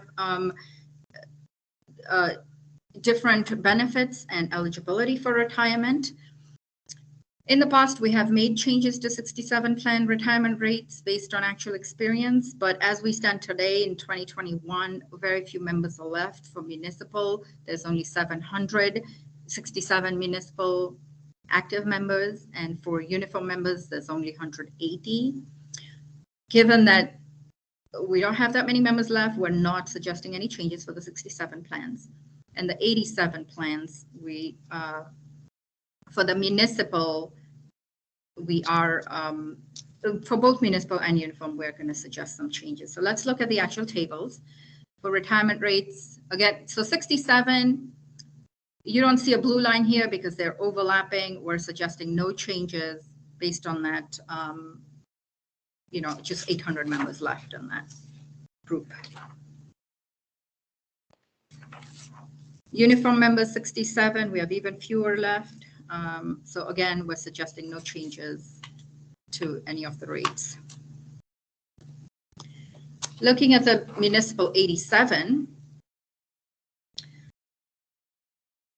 we are extending, as I mentioned before, ages 52 to 59. We are having a small, you see here the rates, 1% to 2% probability we're adding for people who have 10 years service, may choose to retire early and get a reduced pension instead of deferring it to age 60 for a deferred pension.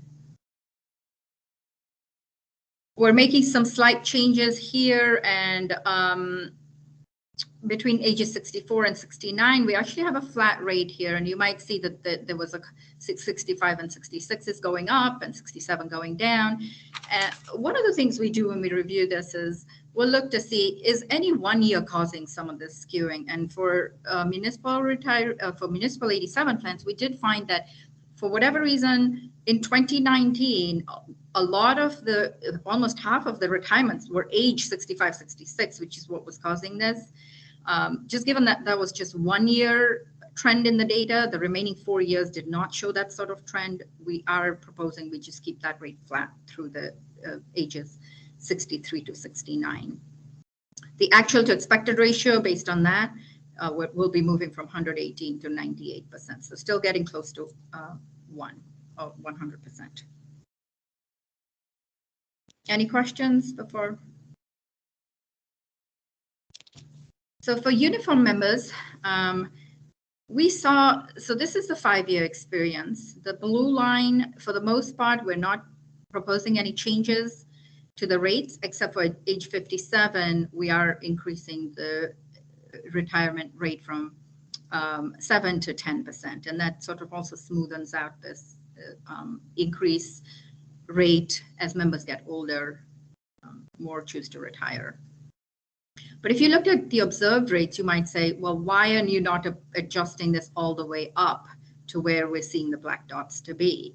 So we did review the data by year, and what we did, we found that in 2021, the average number of retirements were probably about 145 every year up until 2021, but in 2021 that shot up to 386. So that 2021 was an outlier year. We did see that more uniform members chose to retire. So excluding that one outlier year, our current rates still seem to be good fit for the experience. So whereas on the previous page, we were seeing that the proposed A ratio was 126%. Removing the one outlier year, we were closer and, closer ending up at 99%.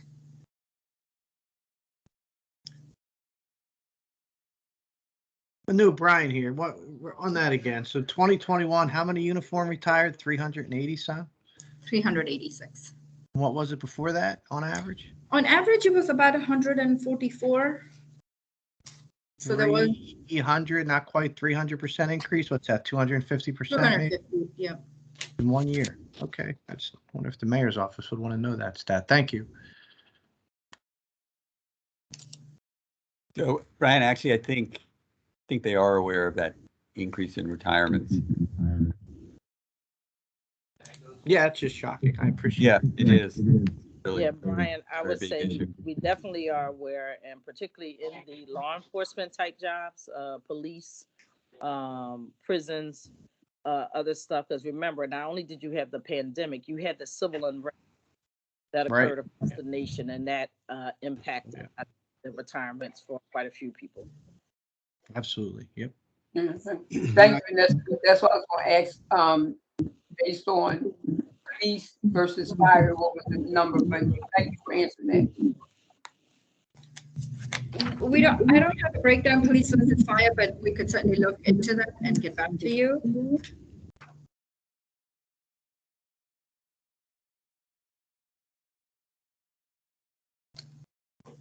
We'll get back to you on the breakdown. All right, thank you.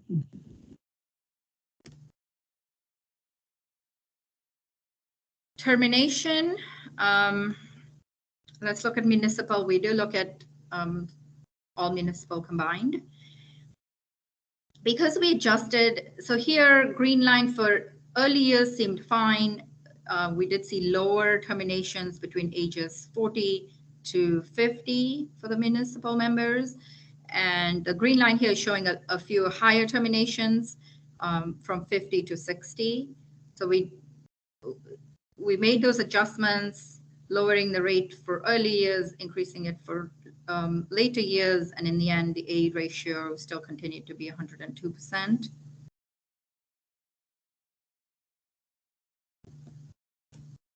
For uniformed members for termination rates, the green line is showing the proposed assumption. We are showing, we are increasing for ages 40 to 54, and this is probably in line with the retirements. There were more terminations. The blue line here, the current assumption is based on, okay, well, retirement termination assumptions do interact. So to the extent that we extended the retirement adjustment, it does affect this blue line. But it, you know, in the end, we did adjust to increase these rates at this from 40 to 54. Actual to expected rate went from 125 to 112%. But there, and if you look at the rates, it's going 1% to 2%. So not significant increases, but still reflecting the actual experience.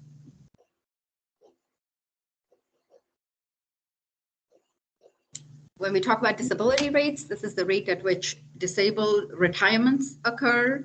We look at municipal males and females separately, but uniformed because we don't have as many uniform female members. We look at male, female combined. So disability rates, municipal, male.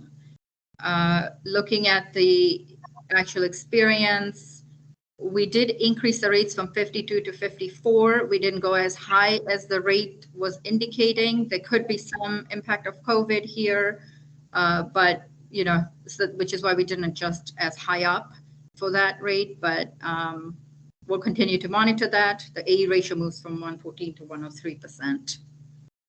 In the 5-year period, there was 139 municipal members who retired under disability. For females, some adjustments again. We do from one valuation to the next or experience study to the next. We don't want to make drastic changes, so we smoothed these rates out.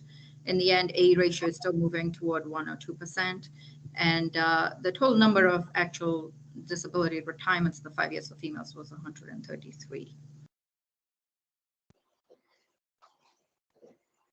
Uniform members, for the most part, our current assumption still was valid. 30 to 34 here, we were maybe overestimating the number of disability retirements based on the prior experience study, so we lowered that to bring it within the confidence interval for 30 to 34. There was 136 members that retired under disability, and the AE ratio moves from 93 to 95%. The other assumptions that we reviewed, marriage assumption, as mentioned before, active members, we assume 70% are married. For inactive members, 50% was the assumption. This really mostly applies for members who were eligible for option 4 and had elected it. So when we looked at the actual data in the 4 years, the marriage assumption for active members, we had 61%, and the actual for the non-active members was 34%. And there's a bigger impact here where for option 4 retirees, to the extent that we're valuing an option 4, but there isn't a spouse that's going to be eligible for a benefit, we wanted to reflect that reduction. So we came down from 50% to 40, not going as low as 34, but we will continue to monitor that. So our proposed assumption, no changes to actives, reduced 50 to 40% for non-active members. The spouse age, 4 years, sorry, and we found that the actual data was showing 3.6, so still reasonable. 4 years still is a reasonable assumption for the age difference. Here we compare for disabilities and what is the occurrence of regular disability versus service-connected. So municipal members, the assumption is 65% are regular, 35% service-connected.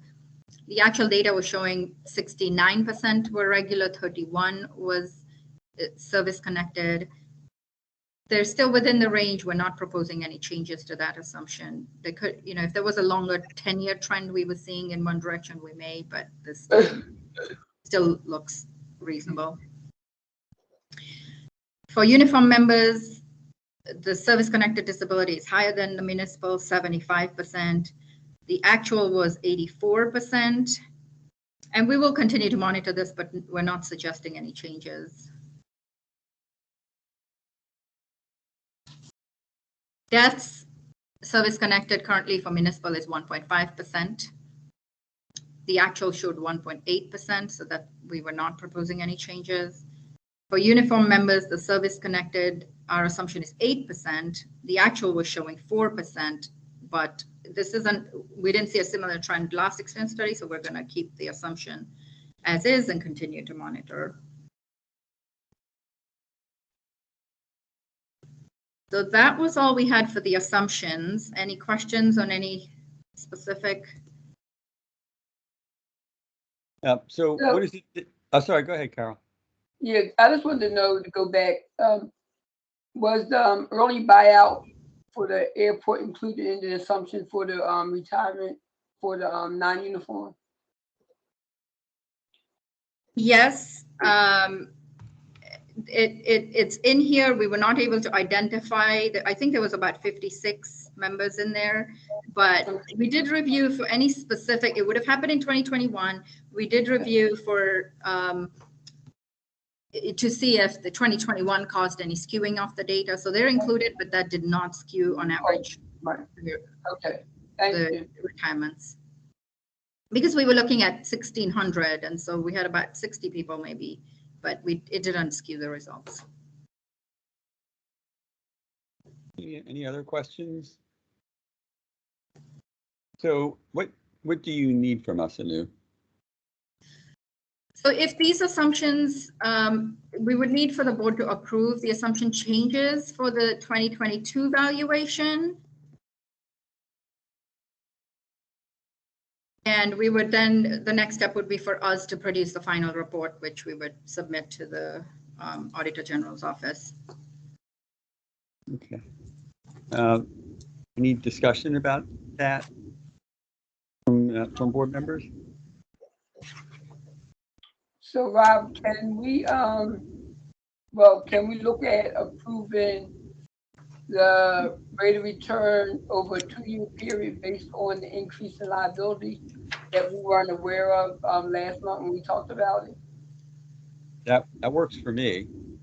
So I think if we put that into a motion, it would be moved to approve these changes in assumptions and to change the earnings assumption to 7.45 first year and 7.4 in the second year. Is that what you're proposing, Carol? Well, yeah, but before I make that big motion like that, I want to ask a question because I'm not too comfortable with changing the alternative under the mortality rate, like using what she called the pub 27 rate versus the current rate. So I mean, other people can speak on it. Maybe they are. Because like Fran said, that was like 2013. We're now in 2022, and a lot of COVID, 2.5 years of COVID is not included in those numbers. So I don't know. I'm not too comfortable with changing to the alternative, but we can have discussion. Maybe somebody can help me clear up what I'm thinking, and otherwise than that,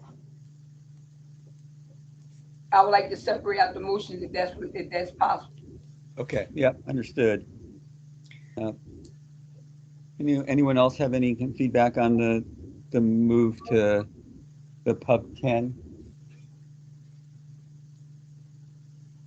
If not, then maybe Anu, you want to kind of respond to Carol's concern. Right. So, I mean, we, in terms of moving from 2014 to 2010, our current data for 2014 tables is even older than the 2010. But I understand that not reflecting COVID and how much uncertainty there has been. I mean, we could maybe do some more analysis on the mortality and see what else we could find for publicly available adjustments that could be made to factor in COVID. We could continue with our report, but review mortality specifically in more detail and come back with more information if that would help. Anu, is that acceptable to finalize the report and then come back to the board in, I don't know, 60 or 90 days to get a final vote on the mortality tables based on more information, or no? I would think that for the approving for the 2022 valuation, we have time on that. We can, when we produce the report that we submit, we could submit the report with some additional language in there that says mortality will continue to be reviewed, and we're going to have a supporting report for mortality specifically that will be added. In your professional opinion, what are the pros and cons of either approach? Let me ask you this way. What are the negatives of not going with the public 2010 table that you suggested? It would be hard to, both from the actuarial standards of practice perspective, GASB perspective, and auditors, it would be difficult to not go to the public tables, the Pub 2010 tables, because they are the most relevant tables and the latest available data for public plans. And compared to the RP 2014 table, the RP 2014 table does not have any of the more recent data. Is that accurate? Correct. It might even be 2010 or 2011 for the RP 2014. Okay, so even though we might have questions about the public 2010 table, that is the most recent available data. Correct. But can I just one thing? But Anu, you're not suggesting just staying with the RP 2014, right? No.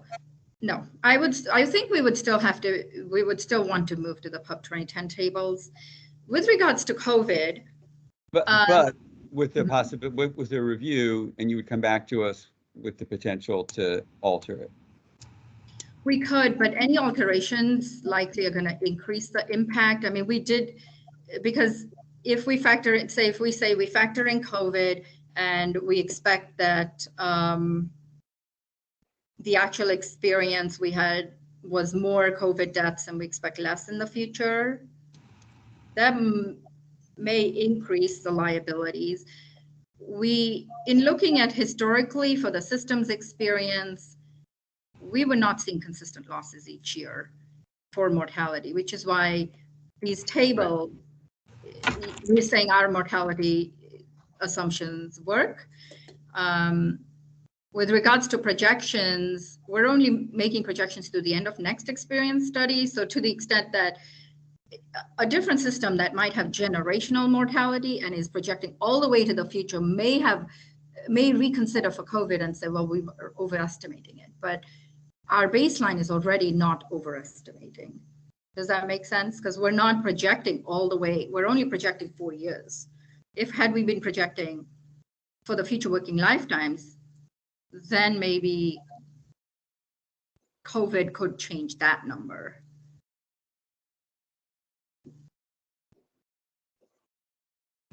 Does that clarify? So what I'm saying is we're conservative on what we're proposing is not overestimating. If anything, by not doing these projections all the way in the future, we're saying we're going to stick more to our system-based experience, which hasn't shown us significant losses consistent from year to year. And this would not cause any additional delay on the state filings, right? No, because these assumptions would be for 2022. Perfect. Yep. Is there any chance the Society of Actuaries revisits the effect of COVID and maybe reconvenes some analysis in the next year or so? Yeah, so currently a lot is going on with relating to the mortality improvements, because, to the extent for the systems that were projecting full mortality improvements, not just 4 years, for the entire working lifetimes, then they've overestimated the improvement because COVID may have reduced that improvement in the future. So the tables themselves is very extensive study, takes a few years to put together. I don't know that there's any current efforts to redo the table, but the improvements, there's a lot of talk about how the improvement scales can be modified for system-wide and COVID-related experience. Our system, we're not overestimating those improvements in the future already. In fact, we did review if we were projecting mortality improvements for all years in the future, liability would increase another, I believe it was like 170 million. Right. For COVID, we might say, okay, the improvements are not as much as we expected because COVID has affected it. That may reduce it. It was still increasing at 140 million, but based on our experience, there wasn't enough support. If we saw mortality losses each year, we may push to go that high, but we didn't see that. And we have this approach that we're going to review every 4 years. We're doing experience studies every 4 years. To the extent experience is changing, it is being reviewed and adjusted every 4 years. There could be some systems who are not even doing regular experience studies. And that's where our system, we felt that the Pub 2010 tables, we have to move to them. The projections we're not doing all the way in the future. So to the extent COVID affects the future projections, we're not already building that in to begin with. Yeah, and from a fiduciary standpoint, I mean, from a sound fiduciary practice, moving to the public 2010 table is the way to go, right? Right. Yeah. And I don't have any information that's going to suggest we're going to have new tables. Like I said, if any talk, in fact, we have a training session just after this meeting today on how future projections and improvement might change based on COVID and latest data, but we're not already projecting generational basis, so it wouldn't affect our system. Carol, did that answer your question? Did that long explanation help me out?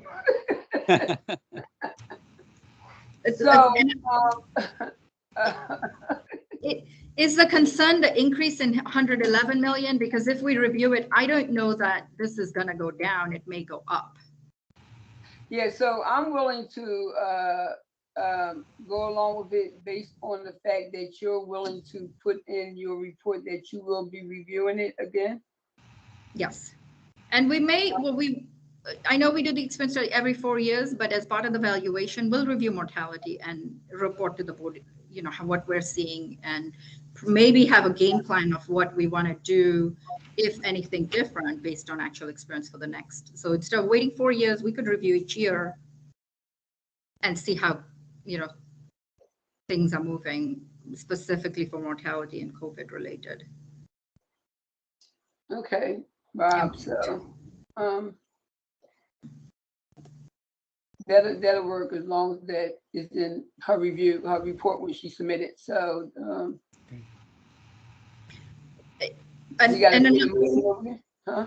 Another thing I would add is moving to the Pub 20 table, that is the standard practice compared to other systems similar to yours, which might be urban populations and other cities in the Northeast region. Their mortality tables are based similarly with similar adjustments. So it's not outlier, where you might be doing something very different than other cities in the Northeast region. Any other questions? Okay, so is there a motion or motions? So I move that we change the rate of return over a 2-year period, 7.45 first year, 7.4 the next year. That's one motion I'll make. Is there a second for that motion? This is Brian. I'll second that. Okay, then I will call the roll. Diana?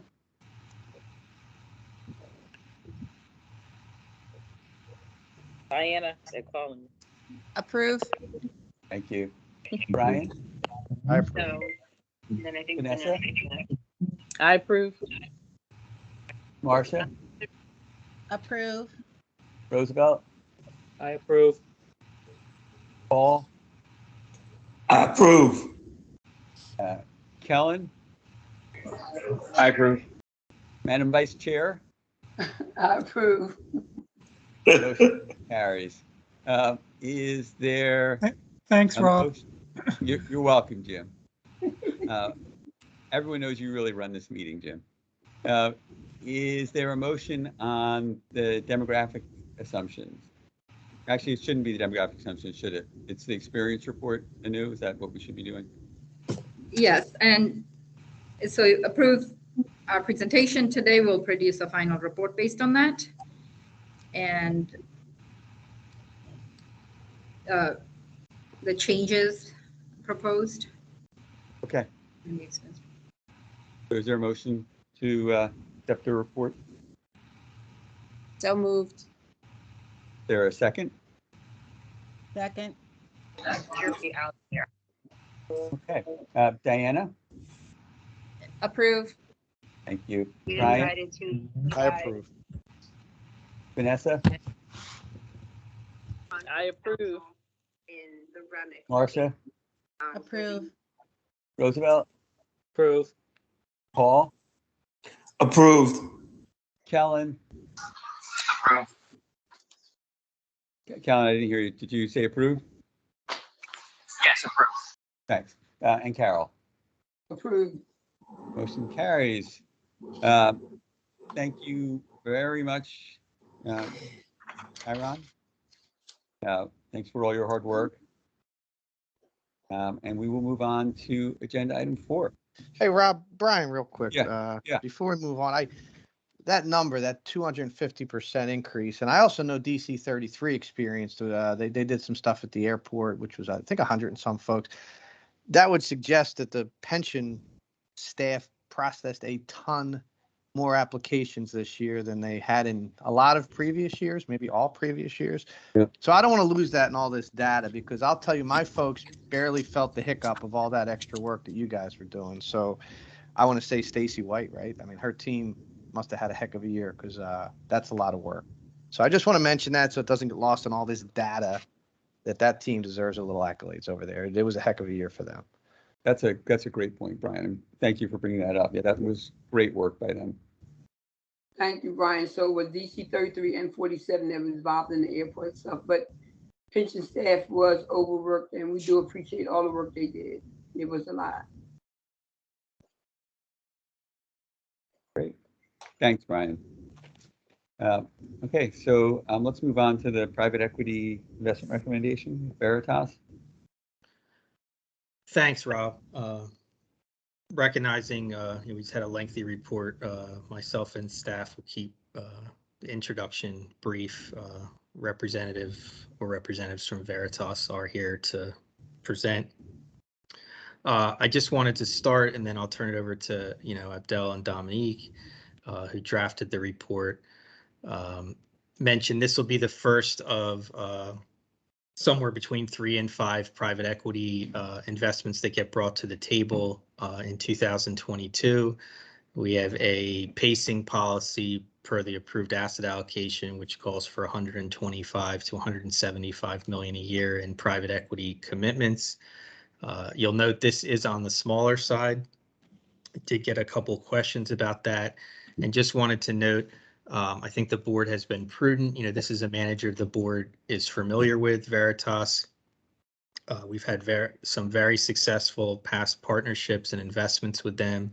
But obviously, as you continue to invest, you want to be mindful of concentration risk. The IPS calls for no more than 25% with any single sponsor.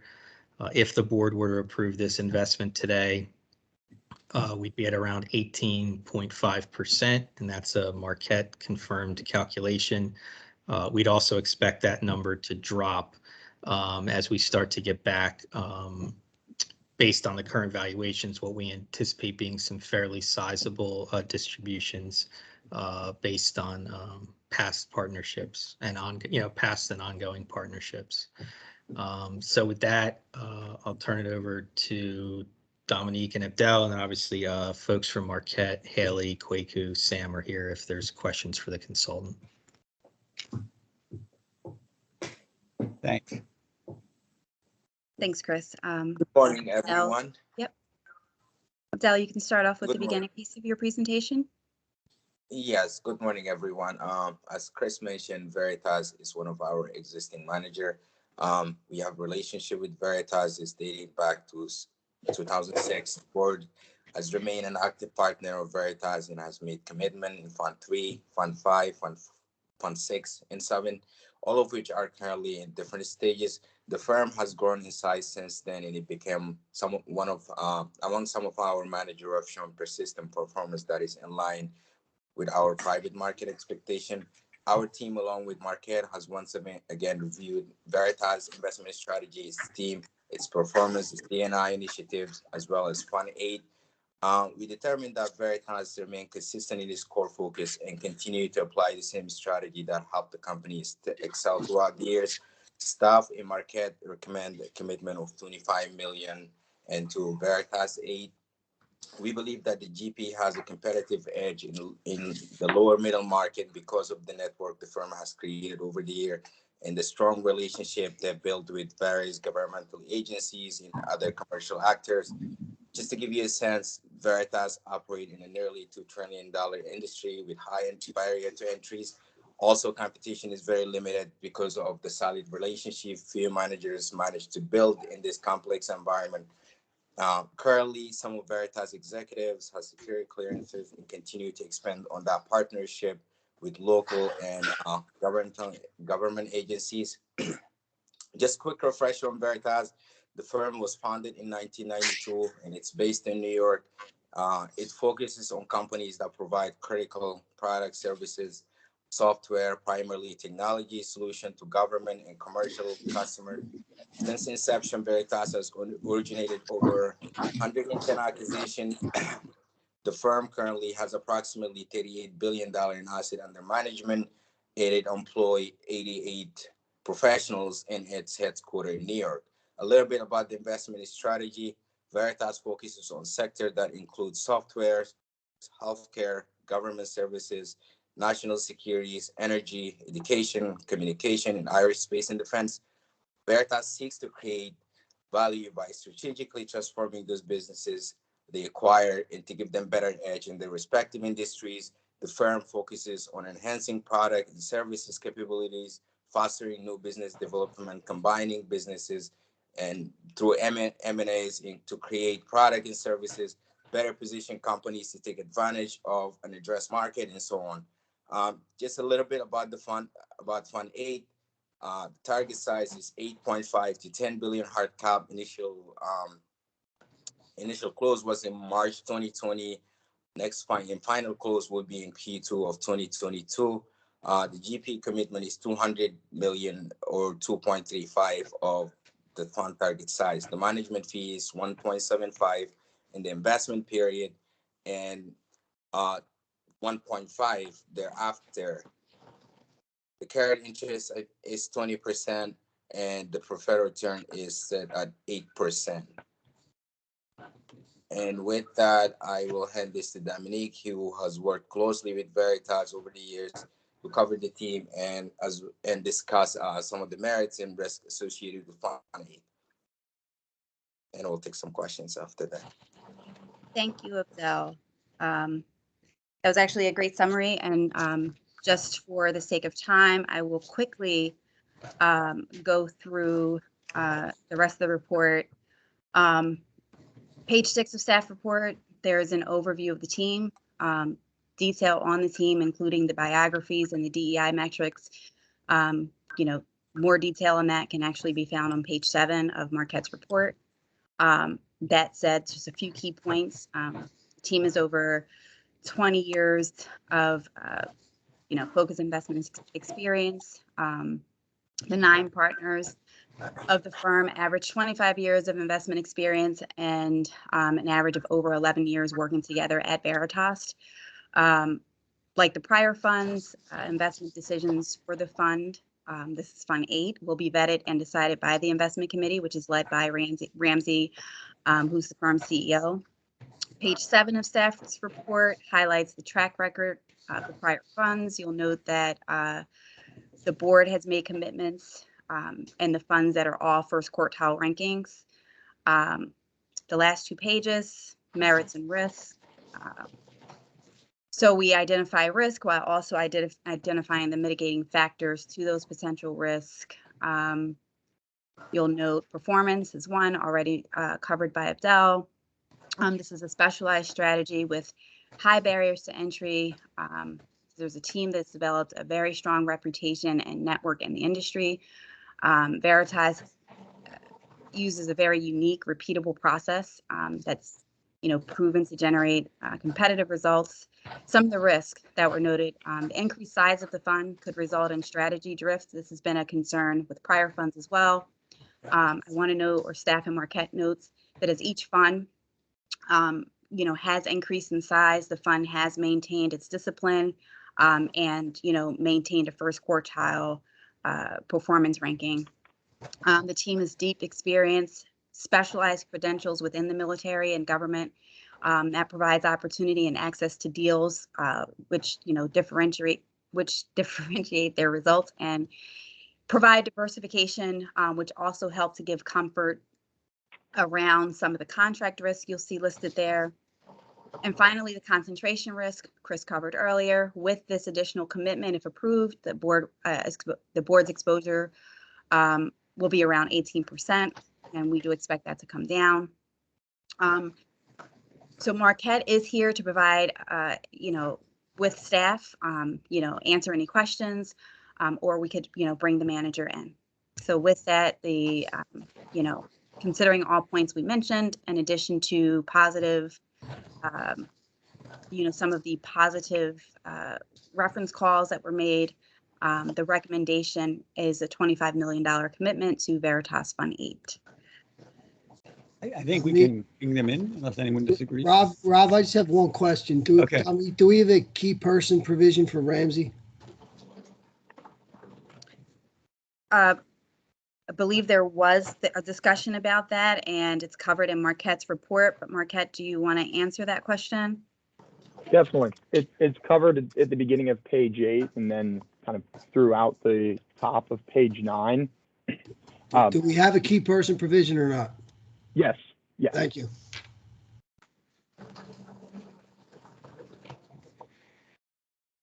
Okay, should we bring them in? I think that's a yes.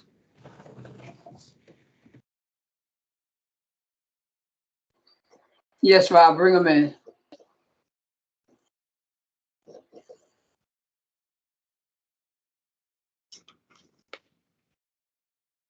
Anil, you are in. Hi, can you hear me? Yep. Good morning. On behalf of the board and staff, thanks for joining the meeting today.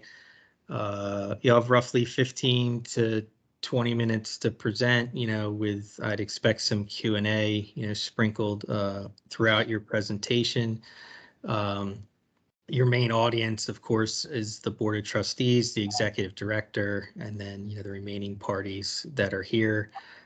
Bill or someone else on staff will try to give you and your team, a 5-minute or so warning, as you start to bump up, against time. So with that, the floor is yours. Thank you. Well, thank you, and thanks for the opportunity to speak with you all. In terms of my background, my name is Anil Krishnan. I've been at Veritas for over 12 years. I'm a partner, having made partner at the end of 2019. And prior to doing this, was also an Army officer.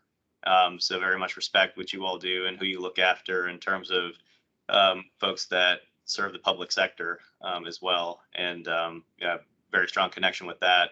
Very strong connection also with Eastern Pennsylvania. Have been in our family going to the Poconos. We're there pretty much every weekend. That's where we survived COVID, the initial shutdowns and the pandemic. And so, have a very soft spot for all things kind of Philly and Eastern Pennsylvania. So it's a real pleasure to be speaking with you.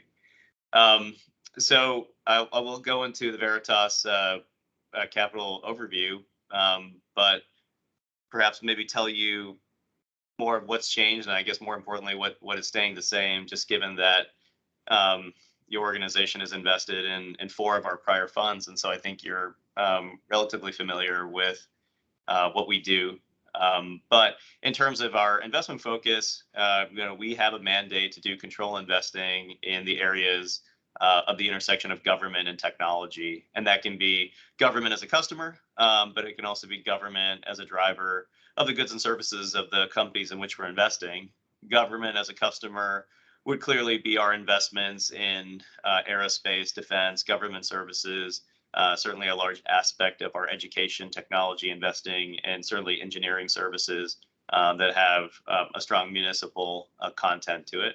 Our government as a driver would be represented by our investments in healthcare, IT, cybersecurity, software, and other types of verticals like that. But the IP and the way that we look at the businesses is very similar across the two. And really, that's all we do. So, a very narrow mandate for what we invest in.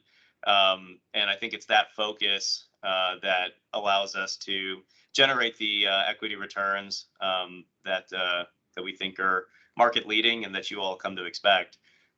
So in terms of what has changed over the last 12 years, we've certainly increased our fund size, and that's really as a product of our end markets that we invest in having grown in size through consolidation and just market growth, such that there are larger and larger opportunities for us to pursue within that target industries that I described. And so no change in that, no change in the strategy, just a larger opportunity to invest. And I think if you go to the next page in the presentation, this shows something I think very unique. One, that we've been able to find great opportunities within our strategy and target industry with larger and larger investment sizes, and you can see that at the top part of the graph. And as that occurs, our returns have increased over that time, and so I think we're getting better and better at what we do, while being able to take advantage of the market opportunity that's there to invest in these businesses at larger scale. And what's interesting to see here is not only has the investment out of the funds increased over time, but certainly our opportunity to allow co-investment to our LPs has also increased commensurately as well, showing that we're consistently bumping up against our size thresholds of the opportunity that presents itself, and clearly evidenced in a very major way in our most recent equity fund, Fund 7, which is going very well and is over 85% invested at this point. If you go to the next page, this just really shows the progression of what we're talking about in terms of the capital we're putting to work, and then the growth and equity size of the investments we have, both realized and unrealized. And as you can see, it's been a steady progression up. We're very excited about Fund 6. It'll be our most successful equity fund to date. Fund 7, we expect, will be also similarly successful. And we're feeling very excited about what we're looking at for Fund 8. So to talk a little bit about Fund 8, and I think a great way to look at that's on page 8 of the presentation. Just one more. Yeah. So again, these are our target industries, and I would say that there's never been a better time to be have expertise and be pursuing investments in these spaces. Looking at what we see as sort of an evolution both in global macroeconomic events, global macroeconomic kind of security picture, and then also where the priorities are for the United States in particular, which is our core investment market. All of those have significant tailwinds that benefit each of these different industries that are our target focus. These are all industries, healthcare, national security, education, A&D, and gov services, that are core areas for us that we've been focused on for 25 years. Nothing here that we're a tourist in. And for every one of these areas, and in particular from a US focused lens, there are just significant growth that's expected for driven by good reasons and bad reasons in each of these different areas. As an example, recent events have shown that there isn't an ability to stop insecurity spending, that the global security picture is getting more questionable, and that there is a commitment now bipartisan to support our allies globally and certainly protect the homeland. And with that, we are seeing significant growth in our end markets and a shift in spending for areas of national security, aerospace defense, and government services. Government services, in addition to that, is also sort of engineering services that we do domestically, both for federal government and municipalities. And there are significant tailwinds that have being pushed specifically from what we see in terms of ESG overlays and the bipartisan infrastructure bill for areas like transit, resiliency, and sustainability. And this has been never been a better time to have that capability and expertise and be building on those market tailwinds. Healthcare, clearly is a market that will continue to grow in the United States. The demographics alone kind of push that for where we invest in healthcare, which is largely in cost containment, healthcare IT, better patient outcomes. Those are all areas of which the U.S. is trying to optimize. And then education, I think that the pandemic and kind of the shift to increased technological content within the education markets is something that's caught fire, certainly accelerated by the pandemic, and we see no way of no kind of end in sight. And so very excited about our abilities here. The end markets have grown. There's significant opportunity for us to invest this capital that we'd be raising here in this strategy. And I just close off that we feel like we take a very hands-on approach to into our investments and to transforming the companies in what we call strategic levers. And if you go to page 11, these yep. So if you go to page 11, these are all be the levers you would have seen in, fundraising presentations going back 15 years. This is exactly how we try to maximize the upside of our investments that we do. Significant focus on corporate carve-outs, given that, that's the best way for us to take an orphaned asset and revitalize it, particularly in the markets that we know very well. We also apply that same kind of operational and business development enhancement to what we call public orphans. So take privates and, have done that very successfully in the last several funds. In addition to that, we always like to take our business and position it into different markets. And that can be, either in adjacencies. So, various government customers that haven't been touched if it's a largely government business, but also moving into commercial markets and vice versa, and been very successful doing that. We try to partner our portfolio companies together, and that's something that we're able to do effectively, just given the fact that they're in a very similar target industries, and that there's a lot of overlap in terms of the types of things they want to pursue, not necessarily end markets, but capability wise. And we have done that very successfully and will continue to do so. And then add on M&A, that's always been a core strategy for what we do, and has been an area that we've been a very beneficiary of in terms of consolidation across all of our target industries. And I think, you probably see this from other private equity firms that would say that they have a hands-on approach to value curation, but I think we live it. And one idea of that is, if you go to page 13, we have a strategic, concentrated approach so that we have the time to spend on working with the management teams, partnering with them, and growing these businesses, through this execution of a strategic plan. And so you can see here that this is relative to the industry. We are, concentrated in the number of investments per fund. That's by design, so that, we can really spend the time and be deep with our portfolio companies. And I think it's a very unique aspect of our model.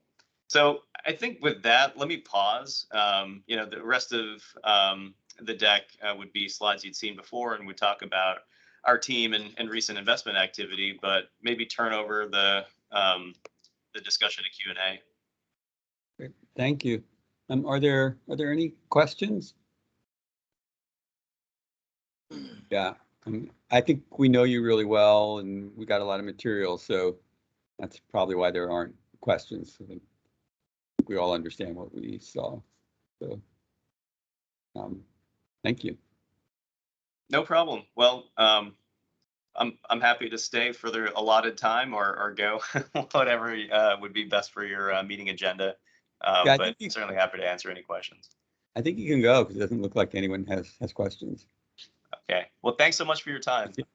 Appreciate it. All your support.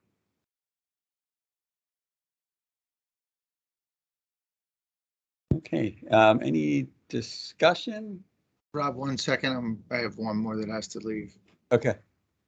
And you are clear. Great. Any discussion? Not. Is there a motion? So moved. Thanks. Is there a second? Second. Thank you. Okay, it's been moved and properly seconded that we accept the recommendation to provide funding to Veritas. So, yeah, go ahead. No, go ahead. I was just going to call the roll, but if you had a... Go ahead, call roll. Go ahead, call roll. Okay. Diana? Approve. Brian? I approve. Vanessa? Approved. Marcia? Approve. Roosevelt? Approved. Paul? I approve. I approve. And Carol? I approve. Motion carries. Thank you. And Carol, did you have a comment? That is, Fran, were you okay with the explanation about the key person? I mean, we already voted on it, but I just wanted to make sure. Yeah, I think it was important to me because Ramsey is an exceptional individual. So I just wanted to make sure. I assumed it was because it was in the previous ones, but I didn't remember that section of the report. So thank you, Dominique, for pointing that out. And Abdel, thank you. That was a very good presentation also. It was. Thank you. Okay. Yeah. You All could right. tell because we had no questions. You covered it all. Yes, great job, Abdel. Thank you very much. That takes us to the February investment performance review. Thanks. And I'll echo Fran and the board's comments to Abdel and Dominique. Thank you again for your work and your presentation.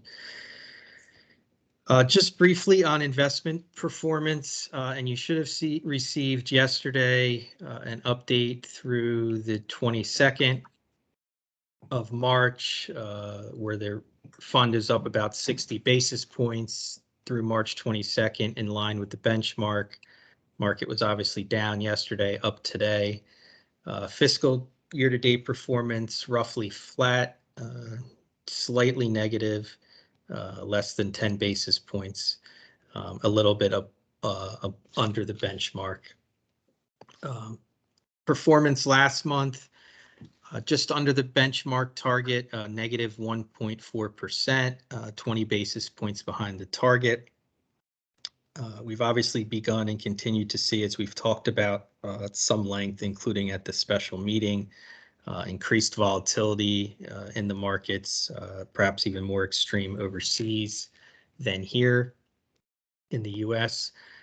By and large, I think most managers did, well to reasonably well. We have no actionable concerns, and anything for the board's immediate consideration. I would note, we did get a couple questions, or I should say, question which I think was relevant from the solicitor regarding McKenzie investments. They're on PDF page 22 of your longer flash report. They've had some near-term, let's call it 3 to 6 month underperformance, and staff and Marquette are monitoring them closely.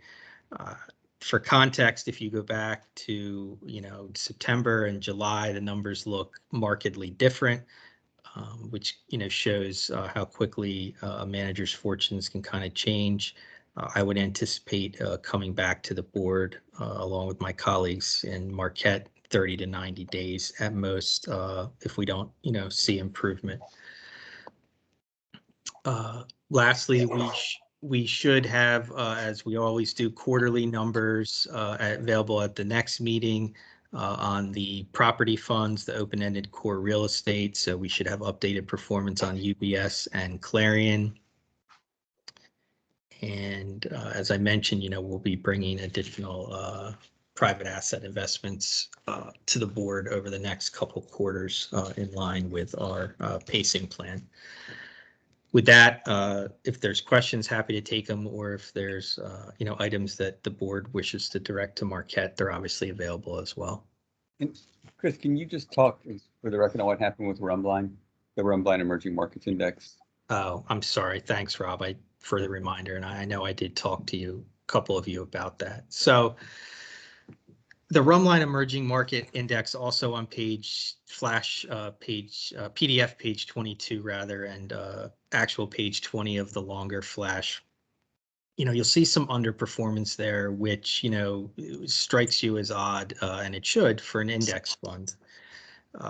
Couple reasons for that. It's nothing incorrect that the manager is doing. So first of all, any investment restrictions that involve any overseas stocks, Northern Ireland, there are a couple companies, Sandy Hook, that will obviously increase the tracking error, which can be positive or negative.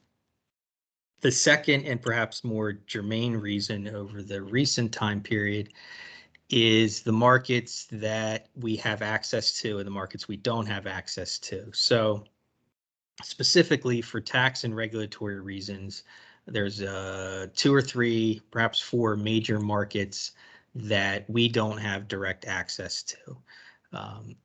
Obviously Russia, and that was even before the action taken by the board at the last meeting, and China being another good example. We still get exposure to those countries. though obviously we no longer will to Russia, but we do to countries such as China, Taiwan. We do that indirectly, however. So what Rumline uses are securities like ADRs or GDRs, American or General Depository Receipts. They serve as a proxy to get exposure to those countries, but they aren't a perfect substitute. And often what you'll see is at times there will be underperformance, or at least last I talked to Rumline this month, some of those ADRs are actually outperforming. But that's going to increase the spread, between the index and the actual performance. One other comment, I think this is another good reason, and I know Fran sent out an article that mentioned the board in a very positive light regarding emerging markets. You'll recall, while the article only mentioned the fact that we dropped from 4% to 3% in the asset allocation, if you go back a little further, this board actually a couple years before that started the drop when we were at 5%. So you can see the volatility in the EM index. You can see both from that article that Fran sent, as well as just more generally in the returns. This has been a challenging space to be in, and the board's decision to lower its exposure over time, we believe, has been a prudent one. So I hope that broadly answers your question, Rob. But happy if you need additional information. No, I'm good. Thank you. Sure.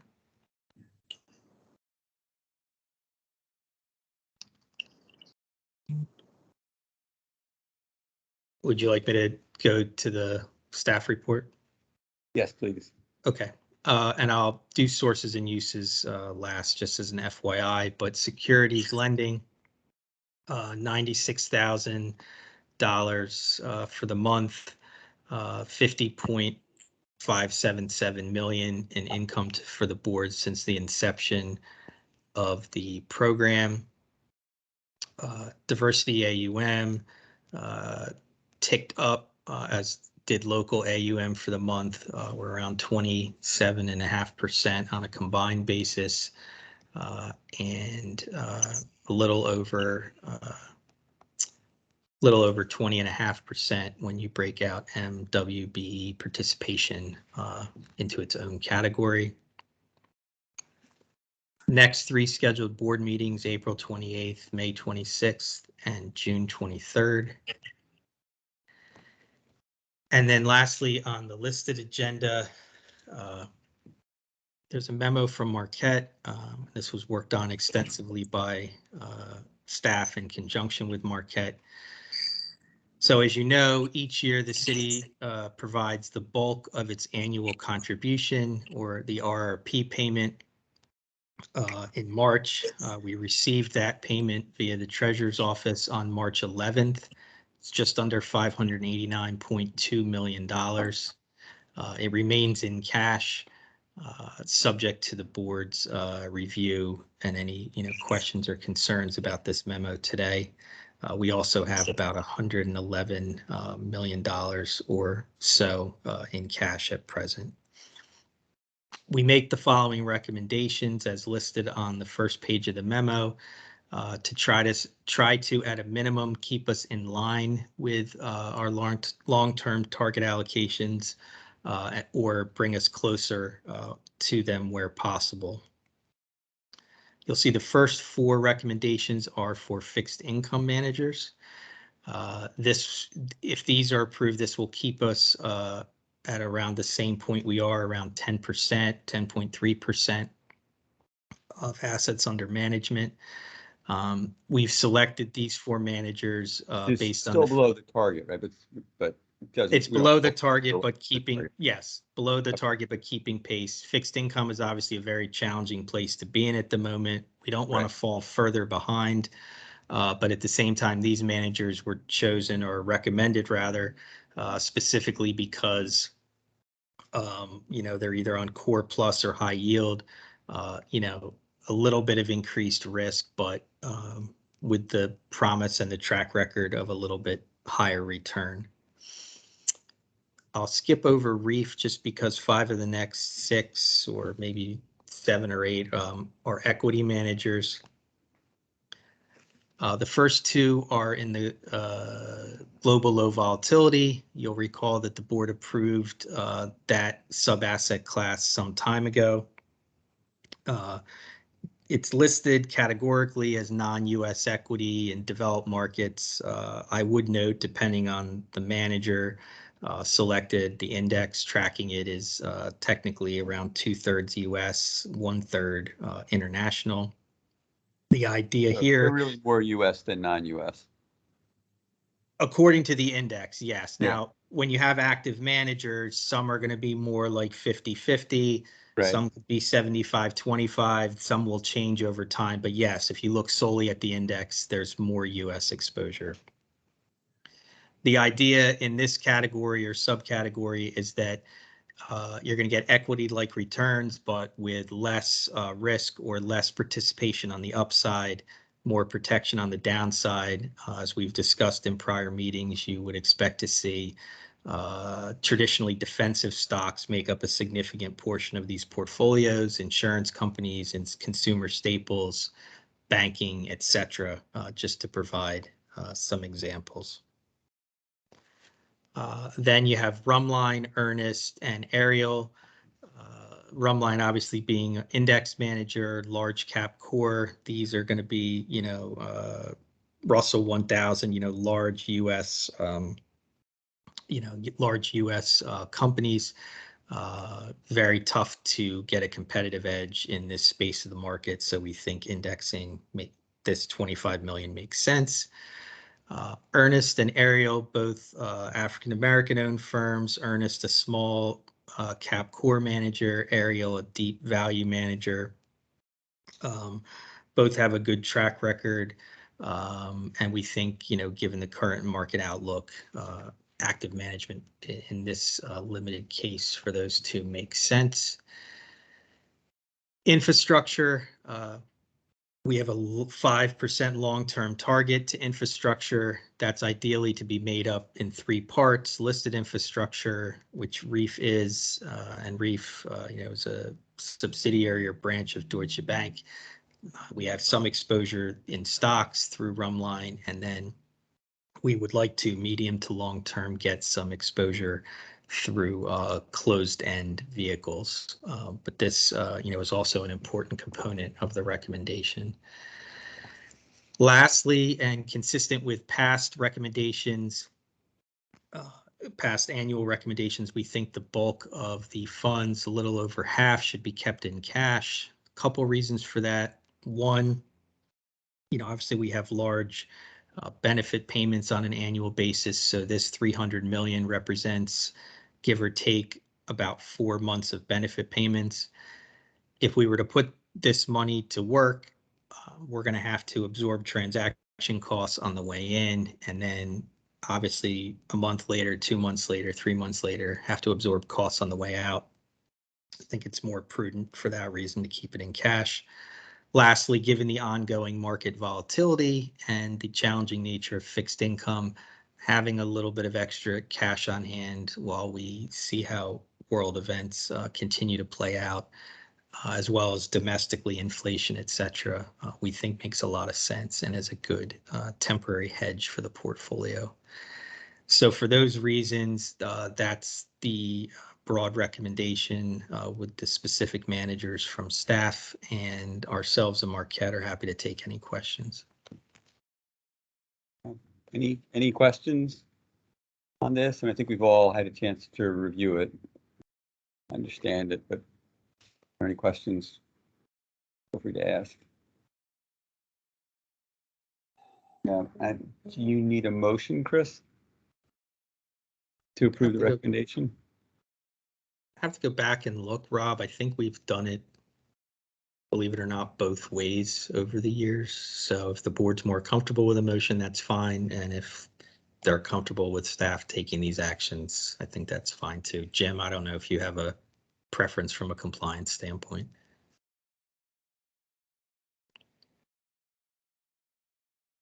Why don't we use a motion? Okay.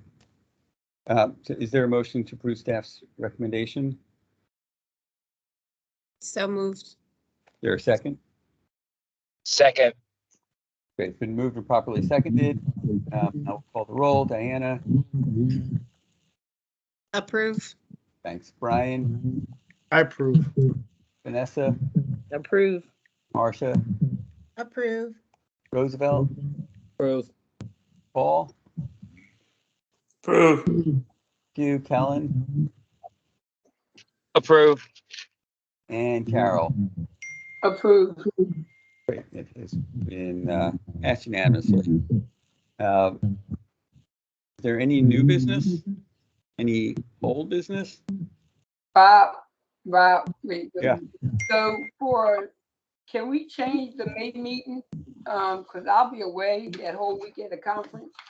So is it possible to, I know the week before that Tuesday is the election, but is it possible to move it up to the week before? So you're looking at the meetings is now on the 26th. I should know this. The meeting's the 26th. And you want to do it the 19th. Yes. Does that work for staff? You able to get material to us for the 19th? It will be potentially tight on the performance information and some of the related information, securities, lending, etc. We can work with Marquette, but we are kind of beholden to that 10 business day, settling period. We can make every effort, to get as much information to the board as possible by the 19th. And when do you leave, Carol, for your conference? The 20th. Oh, okay. And I leave the conference, the last day of the conference is the 25th.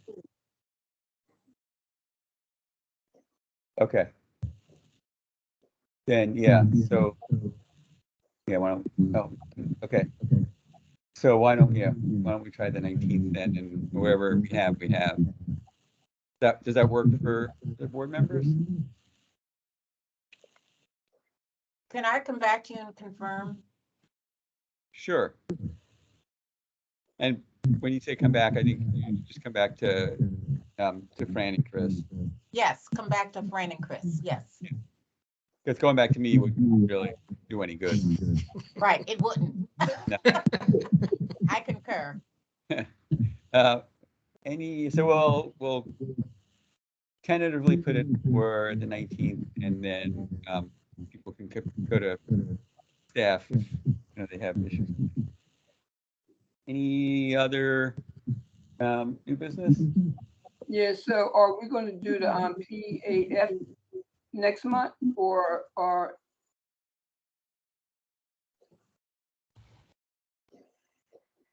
Well, the board's already approved the PAF, so we know that. I talked to Anu yesterday, actually last night, and we should have the multiplier. They're working on the multiplier soon with the OIT, One Philly folks, so they should have the multiplier soon. There's just a couple of other things out there. As soon as they get the multiplier, it should be a relatively quick turnaround. So I will update the board as soon as I have more information. but don't we usually send it out in May? It's usually sometime in May, and we're aiming for that. But I will have a definite time frame soon. Yes.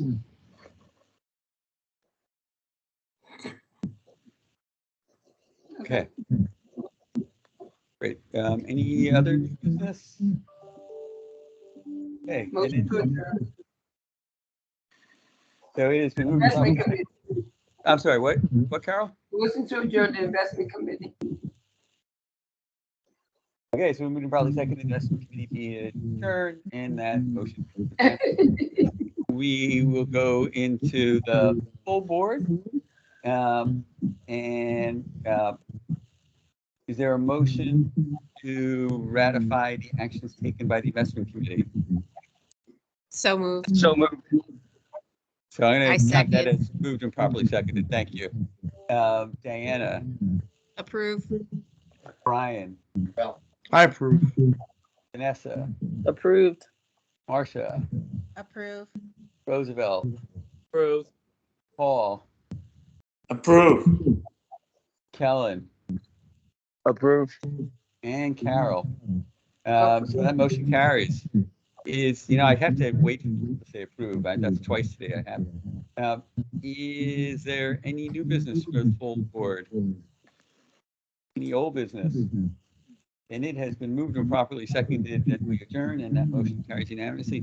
Thank you all. Thanks for sticking with us. And we'll see you next month.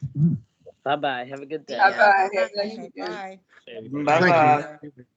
Take care. Enjoy.